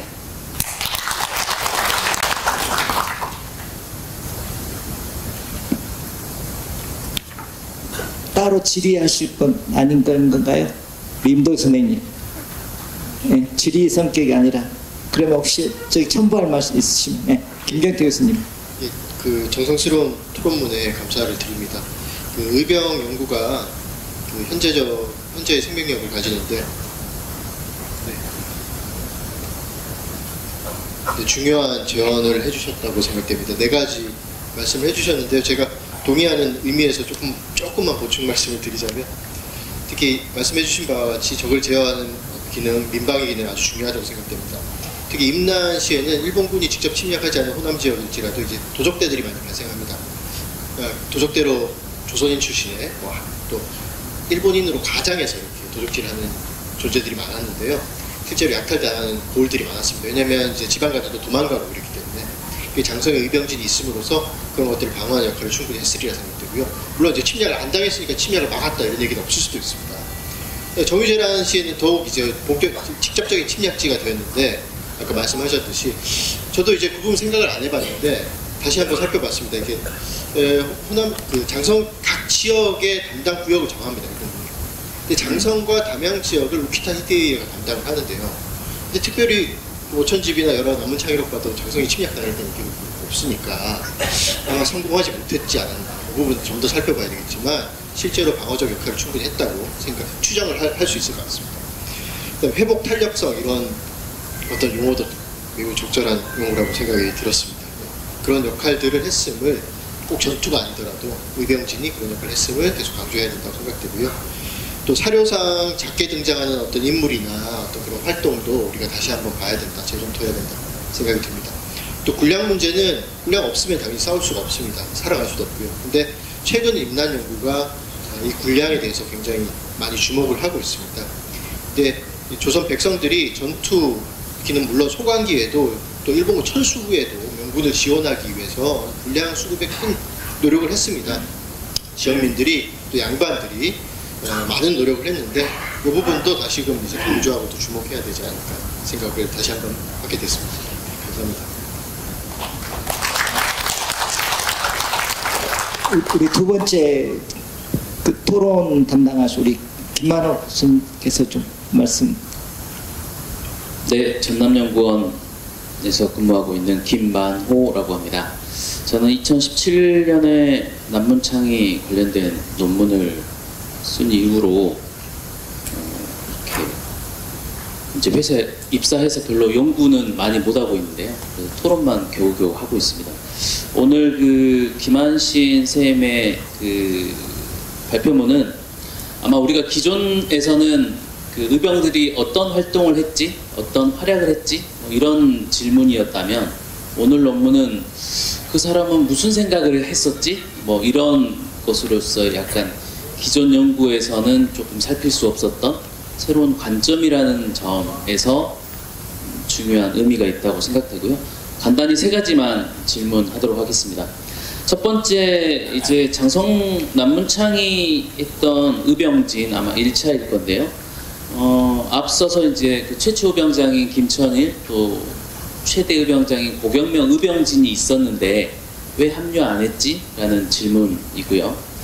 두 번째 질문은 사실 장성 남문창이의 배경을 보면은 그냥 장성 지역에서만 활동한 게 아니라 여기저기 편지를 보내서 이제 지역별 유사들이 막 결정되고 그래도 의병이나 군량미를 모았는데 잘 안 모이거든요. 그러니까 다시 또 2차 징집도 하고 막 하는 결론적으로는 한 지역 성격 장성 남문창이지만 좀 광역적인 성격이 있단 말이죠. 그래서 그렇게 봤을 때는 실제 이제 남문창이 의병진의 구성에 있어서 앞에서 활동했던 고경명이라든지 김천일의 의병 부대와 달랐을 것인데 그런 다른 점과 뭔가 김경수의 전쟁 인식이 달라서 그랬던 건지 아니면 또 다른 이유가 있는 건지에 대한 게 두 번째 질문이고요. 마지막 세 번째 질문은 이제 아마 그 전국적으로 한 지역에서 세 번 의병 창의한 게 개인이 아니라 지역 단위에서 이게 처음일 건데 그렇다면 이 맹주였던 김경수는 어떤 생각을 했길래 세 번이나 일으켰지? 라고 하는 질문일 것 같습니다. 그래서 아마 이제 기록이 많지 않아서 저도 예전에 논문 쓸 때 이러한 문제에 대해서 밝히지 못해서 이제 이번 기회에 좀 시간도 지났고 또 김한신 선생님께서 이제 역사 인식, 전쟁 인식에 대한 연구를 하셨기 때문에 혹시 제가 예전에 해결하지 못했던 그런 궁금증을 좀 답변을 해줄 수 있는 부분에 한정해서 답변을 듣고자 질문을 했습니다. 이상입니다. 네, 두 번째 저기 발표에 대해 발표하신 분이 선생님 좀 그 답을 해주시죠. 네, 저 김만호 선생님께서 토론해 주셔서 정말 내심 많이 반가웠고 기뻤습니다. 이 논문 준비하면서 그리고 또 제 박사 논문 쓰면서 김만호 선생님의 논문을 인상 깊게 읽었고요. 또 그런 한편 또 재미있게 읽은 기억이 있었습니다. 그래서 김만호 선생님이라면은 예리하면서도 또 당신의 문제의식을 투영해서 제 논문에 토론을 해 주실 것이다 이렇게 생각했고, 또 기억하실는지 모르겠지만 저번에 한번 뵌 적이 있는데 또 이 자리를 빌어서 뵙게 돼서 대단히 반가웠습니다. 그 바쁘신 와중에 토론문 이렇게 작성해 주신 거 감사드립니다. 질문해 주신 3가지 말고도 몇 가지 더 이렇게 내용을 좀 더 김만호 선생님이 생각하시는 방향에 따라서 배치해 주시고 질문해 주셨는데 곳곳에서 좀 필요한 답변을 할 수 있도록 하겠습니다. 먼저 첫 번째 그 장성 난문 창의 의병지는 왜 김천일, 구경명 등의 그런 호남 지역의 의병진에 합류하지 않았는지에 관해서 그 질문해 주셨는데요. 이 지점에 관해서 제가 좀 고민을 해보지 않았습니다. 논문을 쓰면서. 근데 이제 곰곰이 생각해 보면은 일단은 아까 전에 설명드렸던 것처럼 담양이라던가 나주라던가 광주라던가 고성이라던가 하는 그런 지역적인 거점들이 있는데, 장성에서 광주로 합친다거나 고성으로 가서 합친다거나 그런 점들이 좀 그 이동과 결합 속에서의 그런 창의 행동, 항전 활동 이런 것들이 좀 쉽지 않았을 것이고 장성만의 독자성이 있지 않았을까 생각이 드는데, 이 답변은 좀 추상적이라고 생각합니다. 좀 더 고민해 보도록 하겠고, 사실은 이거 자체가 또 다른 연구 주제가 될 수 있을 거라고 생각이 드는데, 그래도 제 논문에서 고민을 해서 제 논문에서 반영할 수 있도록 하겠습니다.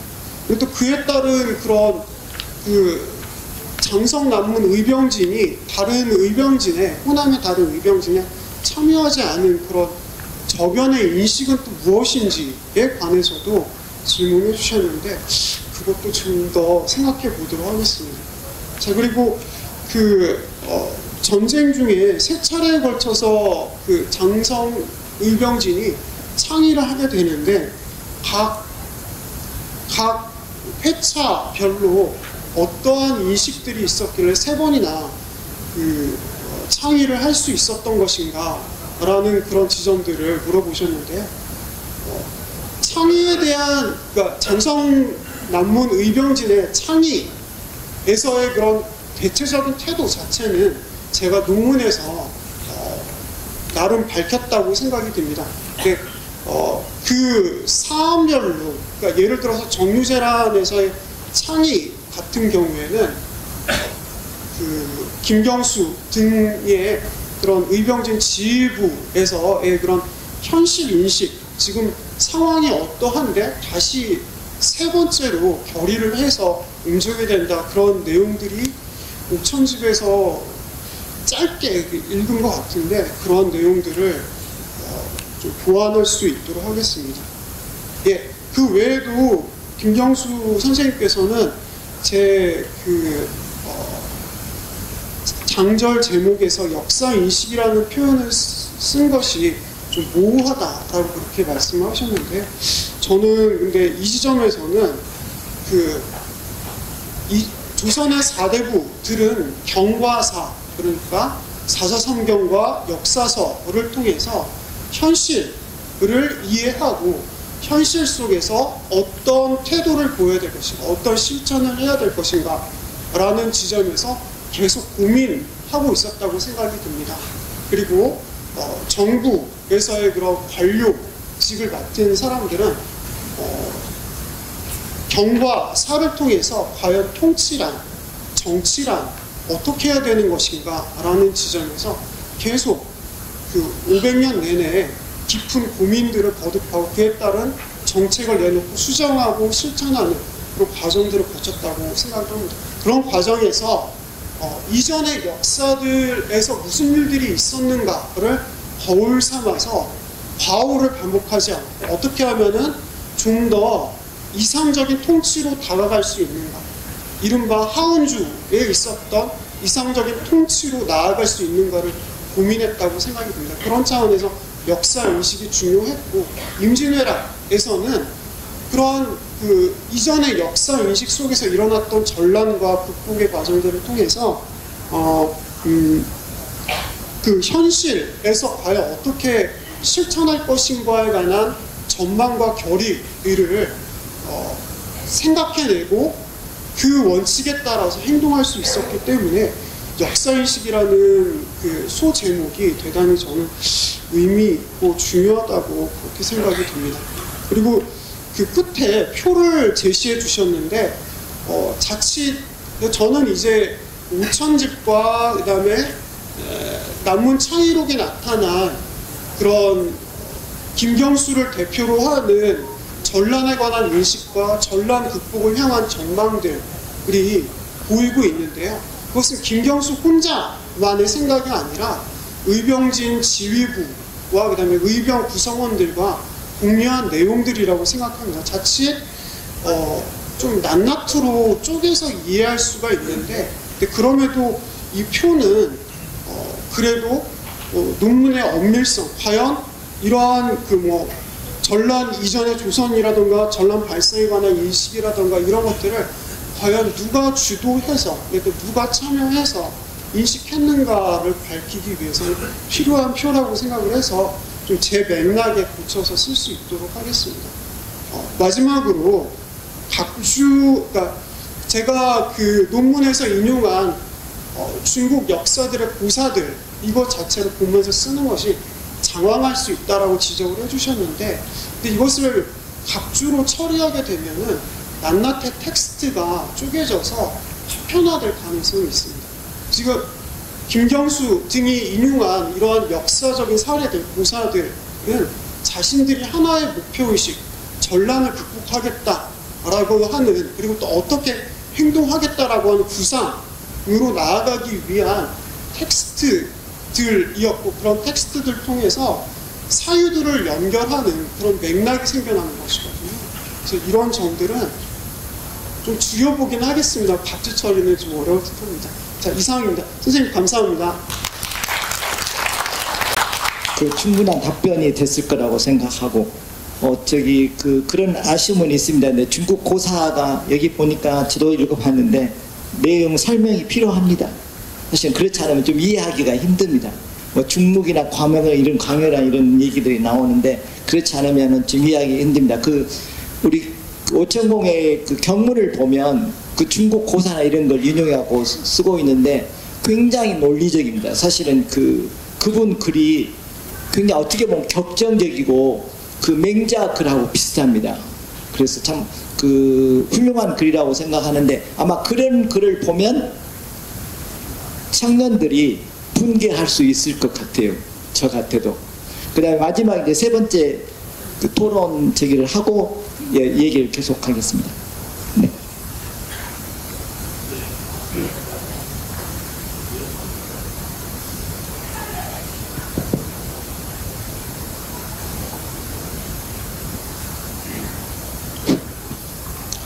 예, 저는 이제 마지막 이경동 선생님 오천 김경수의 학맥과 사상에 대해서 토론을 맡은 목포대학교의 나영훈입니다.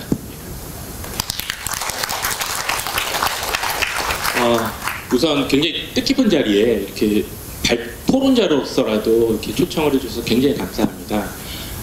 저는 사실 지금 조선시대에서 주로 관리와 사족에 대한 연구들을 쭉 진행을 해오고 있어서 이렇게 이제 지금까지는 학맥과 사상이 잘 알려져 있지 않은 오천 선생에 대한 연구가 굉장히 또 반가웠습니다. 제가 또 문과급제자를 전국적으로 많이 연구를 하고 있는데, 오늘 또 이제 여러 전남의 문화원장님들 오셔가지고 굉장히 반가운 게, 제가 이제 영남 지역하고 호남 지역이 문과급제 추이를 보면 굉장히 특징적인 차별점이 하나 있는데, 영남 지역은 문과급제자가 안동에 몰려 있습니다. 그 외의 지역엔 거의 없거든요. 그런데 호남 지역은 물론 이제 광주와 나주가 중심이긴 하지만 대체적으로 평균 20명 내외의 문과급제자를 배출해요. 이게 대단한 거예요. 거의 다. 그러니까 무안이든 강진이든 해남이든 곡성이든 우리가 일반적으로 중심지가 아닌 지역에서도 상당히 많은 문과급제자를 배출을 하거든요. 그 얘기는 호남이 되게 균형적으로 다양한 지역에서 많은 학자들을 배출하고 있었다라는 특징점을 보여주는 점인데, 이게 오늘 이제 발표하신 이제 오천 김경 선생님 같은 분들이, 그러한 학자들이 그동안 이제 문집이 잘 남아있지 않거나 자료가 잘 정리가 되지 않아서 소개가 되어 있지 않은 이러한 많은 학자분들이 계시기 때문에 그러한 역사적 전통이 남아있는 게 아닌가라는 생각에서 그러한 일면을 밝혀준 오늘의 학술 행사, 특히 이제 이경동 선생님 이 발표가 굉장히 의미 있었다라고 생각이 듭니다. 이제 본격적으로 보면 이제 이경동 선생님은 앞서서 이제 많은 선생님들께서 좋은 말씀을 많이 해주셨듯이 오천 선생님의 학맥이나 사상이 그동안 거의 알려져 있지는 않았어요. 학계에는. 물론 문중에서는 잘 알려져 있었겠지만 이것은 아마 업적에 비해서 많지 않은 사료로 인해서 그러한 결과가 나온 게 아닌가라는 생각입니다. 따라서 이제 이경도 선생님이 이거를 정리하셨을 때 상당히 고생을 많이 하셨을 것 같다는 생각이 들어요. 그럼에도 불구하고 이제 오천 선생이 특히 이제 물론 당연히 이제 지역에서 같이 교류했던 하서 선생이나 고봉 선생들과의 교류도 당연하지만 그거를 넘어서서 또 중앙에서의 가장 대표적인 학자, 조선을 대표하는 학자였던 율곡 이희 선생과도 학맥이 연결되어 있었다라는 점을 밝힌 것은, 이거는 뭐 이제 지역사적인 연구 측면이 아니라 중앙학계에서도 굉장히 주목할 만한 의미 있는 성과다라는 말씀을 먼저 드립니다. 저는 사실은 이경도 선생님이 이 발표에 대해서 사실은 오늘 발표에서 굉장히 또 명확하게 많이 말씀을 해주셨기 때문에 다른 어떤 그 반론은 전혀 없고요. 다만 이제 이게 학술적으로 좀 더 발전하기 위해서 또 의미가 좀 더 살기 위해서 그와 관련해서 몇 가지 제언이랄까요? 그런 것들을 이제 중심으로 말씀을 드리도록 하겠습니다. 우선 첫 번째 문제는 사실은 그거였어요. 오천 선생이 사승관계를 좀 명확히 해달라. 그래서 오천 선생이 호남 성리학 역사에서 차지하는 위치가 어딘지를 좀 짚어달라. 라는 주문을 했는데 사실은 이거는 매진말에서 마지막에 명쾌하게 또 말씀을 해주셨어요. 그래서 이 부분 제가 생략을 하고요. 다만 이제 이건 딱 오천 선생만 관련된 얘기는 아닌데요. 제가 항상 궁금했던 게 이거예요. 이제 이경도 선생님은 이러한 연구들을 많이 하시니까 우리가 이제 일반적으로 사승관계라고 해서 스승과 제자의 관계를 연결을 시킬 때 그 범주를 어디까지 설정하는가가 사실 좀 헷갈리거든요. 예컨대로 편지로 문서를 주고받은 관계, 그 다음에 직접 가서 글을 공부를 배웠던 관계, 그 다음에 이제 사숙이라고 해서 내가 그분을 뵙지 못했는데 그분의 책을 통해서 배운 관계, 이게 이제 여러 가지 층위가 있는데 어떤 경우에까지, 어떤 범주까지 사승관계로 엮을 수 있는지 그거를 좀 어떤 기준으로 잡아야 하는지에 대해서 좀 궁금합니다. 그 다음에 이제 사실은 자료가 이제 자료 얘기를 좀 해야 되는데 자료가 좀 많지 않다고 말씀하셨는데 오천집 외에 사실은 이분과 같이 교류했었던 망암 선생이라든지 금강 선생이라든지 하국 선생이라든지 다양한 분들이 다 문집이 남아있기 때문에 좀 힘드시더라도 교류했던 분들하고의 그 자료들을 다 낱낱이 살펴가지고 오천 선생님의 관계성을 좀 더 분명하게 해줄 수 있는 방법은 있지 않을까, 없지 않을까, 뭐 이렇게 이거는 좀 궁금합니다. 또 이제 두 번째로 크게 질문드리고 싶은 것은 이거는 사실은 좌장 선생님께서 말씀을 해주셨어요. 말씀해 주셨는데 제가 이제 받았을 때 이경도 선생님 글에는 나타나지 않았는데 사실은 한 사람이 생애를 조명하는 것은 지금도 마찬가지지만 그 뿌리에서 연원을 하기 때문에 그분의 생애를 복원할 때는 그분의 가계, 이분이 예컨대 이제 5대조부터 이분들이 어떤 내력을 가지고 있었고 이분 집안에서 중요한 학문적 업적이나 정책 업적을 가지신 분들이 누구인지에 대해서 좀 가계를 좀 정리를 해주면 그분에 대한 이해가 훨씬 더 쉽기 때문에 그걸 좀 더 앞서 소개를 해주시면 어떨까. 물론 이건 좌장 선생님이 잘 정리해 주셨습니다. 근데 이제 여기 잘 드러나지 않는 것 중에 또 하나가 뭐냐면 사실 조선시대는 혼맥 관계가 굉장히 중요했어요. 지금은 다 연애 결혼하지만 조선시대 때는 철저하게 가문적으로 특히 양반들은 전략 결혼을 했기 때문에 그 통혼 자체가 그 사람의 정체성을 드러내주는 행위입니다. 어떤 집안하고 혼인을 했는지 그 통혼 관계, 그게 좀 가계를 정리할 때 같이 밝혀주시면 굉장히 좋을 것 같은 게, 잘 알려져 있듯이 이것도 앞서서 말씀을 해주셨는데, 그 하곡 정원용 선생 같은 경우는 이제 통혼 친밀 관계 연결되어 있죠. 그건 이제 사위시니까 이런 것처럼 이게 이제 다 같이 드러나면은 이분이 인적 교육 관계 네트워크가 어디까지 연결되어 있고, 그래서 이분이 학문적 역량이 어디까지 닿아있는가에 대해서 좀 더 잘 정리가 될 수 있지 않을까 싶어서 가계나 통혼을 좀 정리를 해주셨으면 좋겠다라는 생각이 들었습니다. 이 부분에 대해서 선생님의 견해가 좀 궁금하고요. 그다음에 이제 세 번째로 큰 질문이 이제 이 연구의 핵심이죠. 학맥, 사상. 오천 선생의 사상에 대한 얘기입니다. 많은 말씀을 해주셨고, 굉장히 이제 좀 단편적으로 남아있는 사상에 대한 부분을 굉장히 그래도 짜임새 있게 잘 정리를 해주셨다고 생각을 합니다. 근데 이 중에서 이제 하나가 이제 효의 강조인데, 효의 강조. 그 효라고 하는 그 오천 선생이 남아있던 이 부분인데, 사실 이건 이제 하석 김인호 선생하고 연결을 하셨어요. 근데 사실 일반화시키기는 좀 쉽지 않아요. 근데 효의 가치를 굉장히 중요시하는 학자분들이 아마 조선 후기에 서인계 학자들이 주로 이제 효의 가치를 또 딱 그렇다고 얘기하는 게 없겠지만 충의 가치보다 좀 중요시 여기는 모습들이 좀 보입니다. 예컨대 이제 대표적인 노론계 학자인 우암 성시열 선생이 공의사의 논쟁을 할 때, 이때도 공의보다는 어떻게 보면 사회적 측면, 그러니까 효의 측면, 집안에서의 효의 측면, 국가에 대한 충보다 이런 걸 좀 강조한, 물론 이게 딱 대립해서 얘기할 수는 없지만요, 그런 느낌으로 효의 강조가 많이 드러났는데, 이런 효에 대한 학문적 강조가 아마 이 오천 선생을 비롯한 서인계 학자들의 어떤 학문적 풍토에서 기인한 것이 아닌가라는 생각이 좀 들었는데, 이렇게 연결을 하면 좀 무리한 것인지에 대해서 선생님의 고견이 좀 듣고 싶다라는 말씀을 드리고요. 또 이거와 관련해서 또 사회적 사상으로 의를 강조한 부분도 좀 흥미롭습니다. 이건 또 의가 선생님들 너무나도 잘 알겠지만 혼합 성리학의 정체성을 드러내준 게 중에 하나가 절의거든요. 절의. 그건 이제 사암 박선 선생 이래로, 둘째 박상 선생 이래로 쭉 이렇게 이어져 왔었던 절의 정신이 호남을 상징하는 어떤 정체성인데, 이게 이제 오천 선생하고도 어떤 관계가 있을지에 대해서 이 부분도 선생님의 고견이 듣고 싶습니다. 사실은 이게 딱 의과 어떤, 그러니까 공의와 사의가 명확하게 분리할 수 있는 문제는 아니긴 해요. 근데 이런 부분들이 조선시대에 좀 재밌게 많이 남아있는 부분들이 있거든요. 예컨대 구한말 의병 중에 팔도 창의군 이렇게 했던 유인석 대장 같은 경우는 의병장이었는데 부친상이 나가지고 상을 치르러 가셨죠. 근데 그거에 대해서 되게 안타까워하는 분들이 많은데, 사실 그분은 당시 가장 중요하게 생각했던 가치가 효였기 때문에 삼년상을 치르는 건 당연한 거였어요. 그거를 그 시대적 그 맥락에서 이해를 해야 되는데, 그거를 이제 공적인 일을 내팽개치고 집안 상례를 치르러 가는 게 말이 되냐 이렇게 비판을 하시는 부분들이 있는데, 이렇게 효의 가치나 충의 가치가 충돌했을 때 과연 오천 선생은 어떤 선택을 했을지 궁금하기도 합니다. 이건 그냥 개인적인 궁금점입니다. 네, 마지막으로 이제 오천집의 사료적 성격에 대한 그 질문입니다. 이게 이제 아무래도 오천집 자체가 1965년도에, 그러니까 선생님 사후 300년 지난 시점에 만들어진 문집인데, 이 문집에 대한 어떤 사료 비판이 좀 우선적으로 들어가야 되지 않나라는 생각입니다. 횡장을 지으신 분이 강제 송치교 선생으로 알고 있는데, 이분도 이제 우암 성시열 선생의 후손으로, 그러니까 노론계, 완전 서인 노론계 학자죠. 그러니까 그리고 당연히 이제 그 김경 선생의 후손들도 서인계 조선계 내내 이제 관계를 맺었을 거예요. 그리고 제가 견문이 넓진 않지만 광주와 장성 지역 사족들은 서인 노론계의 학문적 풍토를 띠고 있다라고 이해를 하고 있습니다.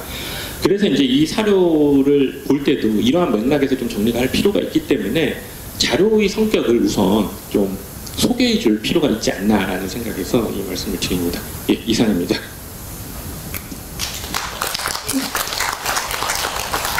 우리 이경동 교수님의 그 답변을 듣겠습니다.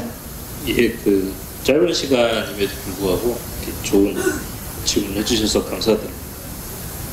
나영 교수님은 원래 안동에 있는 한국국학진흥원에 상당히 오랫동안 계시면서 지역사에 대한 연구를 상당히 많이 수행해 오셨습니다. 이제 목포대에 부임하셔서도 이제 그 호남 지역에 대한 지역사 연구를 상당히 왕성하게 활동하고 계시고 아마도 이제 그런 관련성 속에서 김경수에 대해서도 오천생에 대해서도 이제 잘 이해하시지 않는다 생각합니다. 첫 번째 부분은 이제 기존의 이제 철학이라든가 이제 사상을 연구하는 여러 학자들이 지향하는, 그러니까 검토하는 여러 호남 성리학의 특징이나 이런 부분들이 많이 나와 있습니다. 근데 이제 그 오천생님이 갖고 있는 어떤 면에서의 특징이라고 할 부분은 어쨌든 그 호남 어떤 학맥 혹은 호남 유학과의 공통점과 좀 차별성이 좀 보여지지 않나라는 생각합니다. 이제 기본적인 부분은 이 하서 선생과 고봉 선생과의 어떤 교류라고 일단 볼 수 있죠. 그러니까 뭐 직접적으로 사실은 하서 전집이라든가 고봉집에는 이 오천 선생님이 문인록에 들어가 있지는 않습니다. 안타깝게도. 그럼에도 불구하고 실제로 오천집이라든가 여러 행적을 토대로 봤을 때 이 두 분의 영향이 상당히 있는 걸 볼 수가 있어요. 이제 그 다음에 주목되는 것은 사실 율곡 선생. 우리는 사실은 요즘 이제 뭐 1000원권과 5000원권 하면 태계 선생과 율곡 선생으로 나눠져 있지만 이 오천 선생이 살아계실 때만 하더라도 율곡 선생이 그렇게 유명하신 분은 아니었습니다. 관료죠. 관료고 실제로 9번 연속으로 과거업제에서 부도장항공이라는 표현도 하지만 사실 율곡 선생이 태계 선생과 양대 산맥으로 하게 된 것은 오천 선생님 돌아가시고 한참 지난 17세기 이 후반 중반 요때쯤 와서 이제 격상이 되거든요. 근데 이제 특이한 점은 뭐냐면 바로 이 율곡 선생님의 학문적 어떤 학맥이라든가 사상적 층위가 이 호남 쪽에 상당히 많이 뿌리내린 걸 볼 수가 있어요.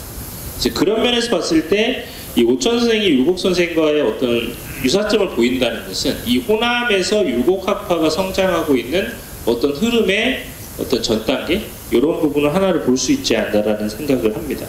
이제 그런 면에 봤을 때는 이 오천 선생의 성리학 역사, 특히 호남 유학에서 차지하는 역사, 그 위상은 바로 그 하서와 이제 고봉 선생의 계승과 더불어서 율곡 학맥이라고 하는 일종의 흐름을 보여주는 것이 아닌가 생각합니다. 두 번째는 사실은 아무래도 이제 그 발표가 4가지로 구성되다 보니까 사실 앞에서 이제 총론 부분에서 그 통원 관계가 충분히 서술될 거라고 생각을 하고 기술을 하진 않았습니다. 뭐 말씀하신 대로 사실은 조선시대, 뭐 사실 지금도 마찬가지라고 좀 보여집니다. 어떤 부분에서는 가문이라든가 학문이라든가 혈연적 관계가 그 사람의 학문을 형성하는 데 가장 중요한 요소가 되지 않을까 싶은데요. 아마 추후에 보완하게 되면 이 부분을 충실하게 반영도 할 수 있지 않을까 싶습니다.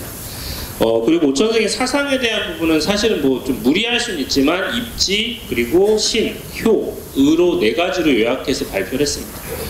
사실 이거 구현하기는 쉽지 않았습니다. 안타깝게도 뭐 4번 주제에 나왔지만 오천집이 지금 밖에서도 지금 이제 그 번역한 부분들이 이제 나눠주고 이제 지금도 갖고 계신 분이 계시겠지만 실제로 확인을 해보면 오천 선생님의 시라든가 혹은 성리서를 알 수 있는 자료가 굉장히 극히 소량합니다. 대표적으로 이제 오천 선생님이 저술했다고 알려져 있는 사문양자라는 책이 있다는 건 행장 등에 나오는데 제가 아무리 늦어도 그 자료가 없더라고요. 그래서 아마 그런 자료가 발굴이 되면 조금은 더 활용도가 높지 않을까 싶고요. 효는 사실은 유교 혹은 성리학적 어떤 지식인이라 그러면 다 갖고 있는 가치죠. 근데 이제 제가 왜 하서 선생님이 주목하게 됐냐면 어쨌든 이 오천 선생님의 학문을 형성하는 데서 하서 선생님의 영향이 없지 않을까라는 생각도 했고요. 실제로 기존 몇몇 논고에서 나온 바와 같이 하서 선생님이 사실 효에 대한 강조를 상당히 하십니다. 그 효부라고 하는 시도 지으셨고 이제 이런 부분 때문에 사실은 연결을 좀 더 해봤는데 만약에 이제 좀 더 확장해 본다면 호남 내에서 효에 대한 가치를 어떻게 보고 있는지도 한번 고민해 볼 필요가 있고요. 의는 확실히 이 절이 혹은 의라고 하는 것은 호남의 유학을 대표하는 상징이라는 면에서 그 부분은 조금 더 확장해 볼 수 있지 않을까 싶습니다. 4번 관련해서는 고민입니다, 사실. 그러니까 이 문집의 간행이 어쨌든 해방 이후에 이루어진 건 사실이고, 그리고 어쨌든 행장이라든가 어떤 그 사람의 일대기를 쓰는 데 있어서 그 사람이 갖고 있는 선입견 혹은 그 사람이 속해 있는 집단의 어떤 특성을 반영하지 않을 수는 없겠죠. 다만 근데 실제로 이 강제 선생이 썼던 내용을 보면 뭐 어쨌든 이 시기라고 하는 것은 동인이라든가 서인이라든가 이제 이른바 붕당들이 나눠져 있는 시기긴 하지만 이 강제 선생이 사셨던 시기랑은 좀 떨어져 있거든요. 그리고 실제로 뭐 장성 내에서 뭐 남인이 동인이 서인이 이렇게 다투던 시기는 아니어서 사실상 그렇게 큰 오류라든가 이런 부분이 있을 거라는 생각은 크게 들지는 않았어요. 왜냐하면 실제로 행장 내용들이 뭐 특정 덕발성을 보여주는 건 별로 없고 이제 있다고 한다면 결국은 이제 율곡 선생이 1583년에 이제 동인의 공세에 의해서 비판을 받았던 시기에 이제 논평 정도만 존재합니다. 근데 당시에 좀 주목되는 것은 개미삼찬이라고 하는 동인의 율곡에 대한 비판에서 호남은 기본적으로 호남에서 오는 대부분의 상소문들은 율곡 선생을 신변하는 내용, 옹호하는 내용들로 많이 구성이 되어 있습니다. 물론 거기에 오천 선생님이 딱 이름이 기재되면서 그러니까 이제 대표자로해서 상소를 올렸다는 기록이 있으면 딱 좋은데 이제 그런 내용은 없어가지고 그건 좀 안타깝긴 하지만 어쨌든지 간에 어느 정도는 존중하면서 어떤 거기에 대해서 오류가 있지 않나라고 하는 건 항상 염두에 두면서 살펴볼 필요가 있지 않나라는 생각을 합니다. 이상입니다. 그 역사적인 평가에 주목하는지에 따라 다양하게 쓰일 수 있고 뭐가 맞다 틀렸다 하기는 어렵습니다. 논의를 계속하는 과정이기 때문에 그리고 이제 크기에 따라 꼭 구분하는 것은 아닙니다. 이제 역사적 평가에 따라 혹은 연구자가 생각하는 전쟁의 더 중요한 요소에 따라 구분하는 경향이 있고요. 저도 뭐 전쟁도 쓰고 이제 난도 쓰고 그러고 있습니다. 그 부분에 대해서는 조금 이 정도로 말씀드리도록 하고요. 그 다음에 교서 같은 경우 선조 임금이 개인에게 보낸 건 아니었습니다. 이제 지역에 보낸 것이었기 때문에 이때 그 교서에 김경수 선생에 대한 개인적인 어떤 직이나 풍계가 주어진 것은 아니었습니다. 여기에는 분명히 시기를 줬다고 했고 책자에는 분명히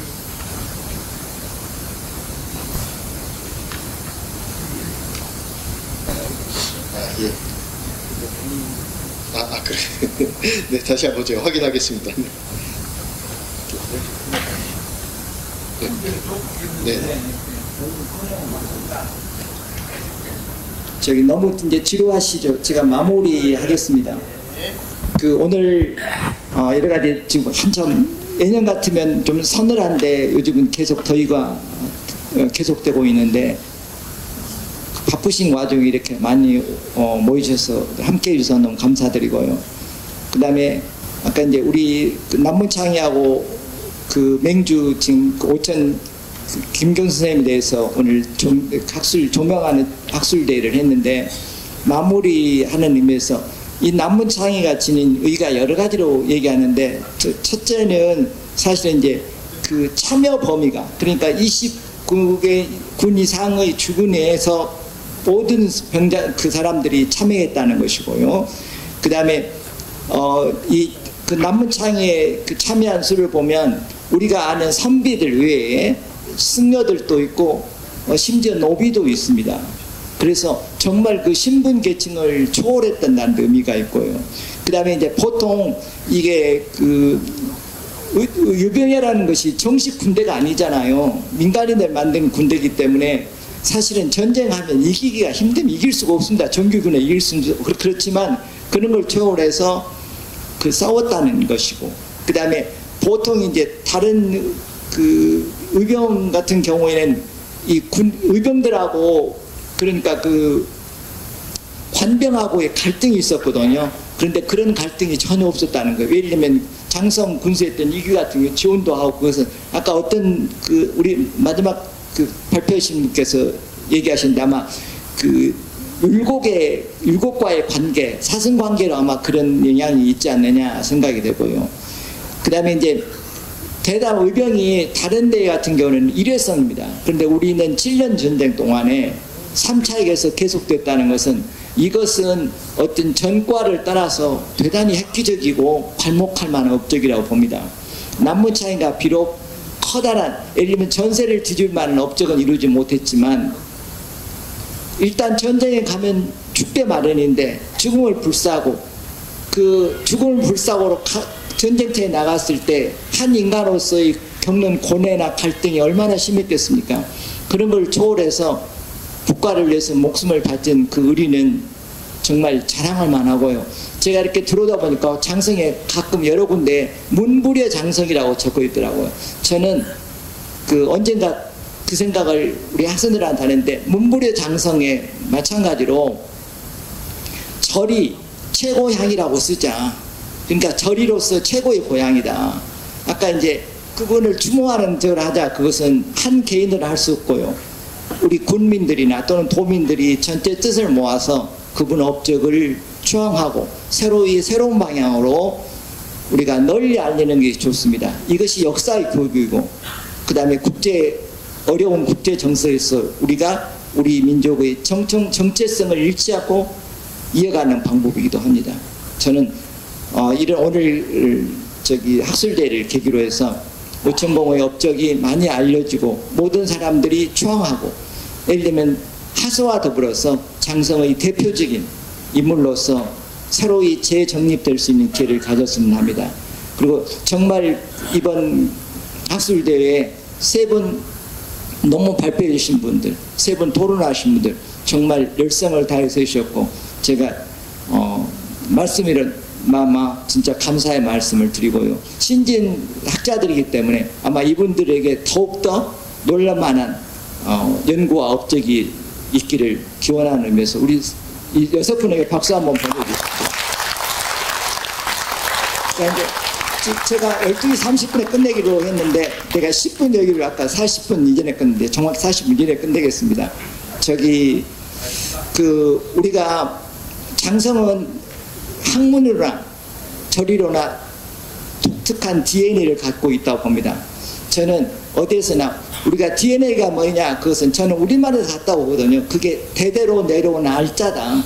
대대로 내려온 알자가 DNA다. 그런데 그게 옛날 사람들은 그 내림이라고 표현했거든요. 우리 장성에는 학문을 좋아하고 국가가 위기에 빠졌을 때는 몸을 던질 수 있는 절의를 지킨 아주 자랑스러운 고장입니다. 우리 모두 자랑스러운 고장의 주민임을 자랑스러워해야 되고요. 그 다음에 오늘 그냥 일회용 학술대회가 아니라 우리가 오천공이나 그런 훌륭한 분들의 업적을 널리 알리고 이런 사업에 우리가 모두가 서로 혼연일체가 돼서 우리의 역사가 새로이 조명되고 우리 장성도 더욱더 발전할 수 있는 계기가 됐으면 하는 바람입니다. 오늘 여러 가지 어려운 여건 속에서 자리를 함께 해주신 모든 분들에게 정말 옷깃을 여미고 고개를 숙여서 감사 말씀드립니다.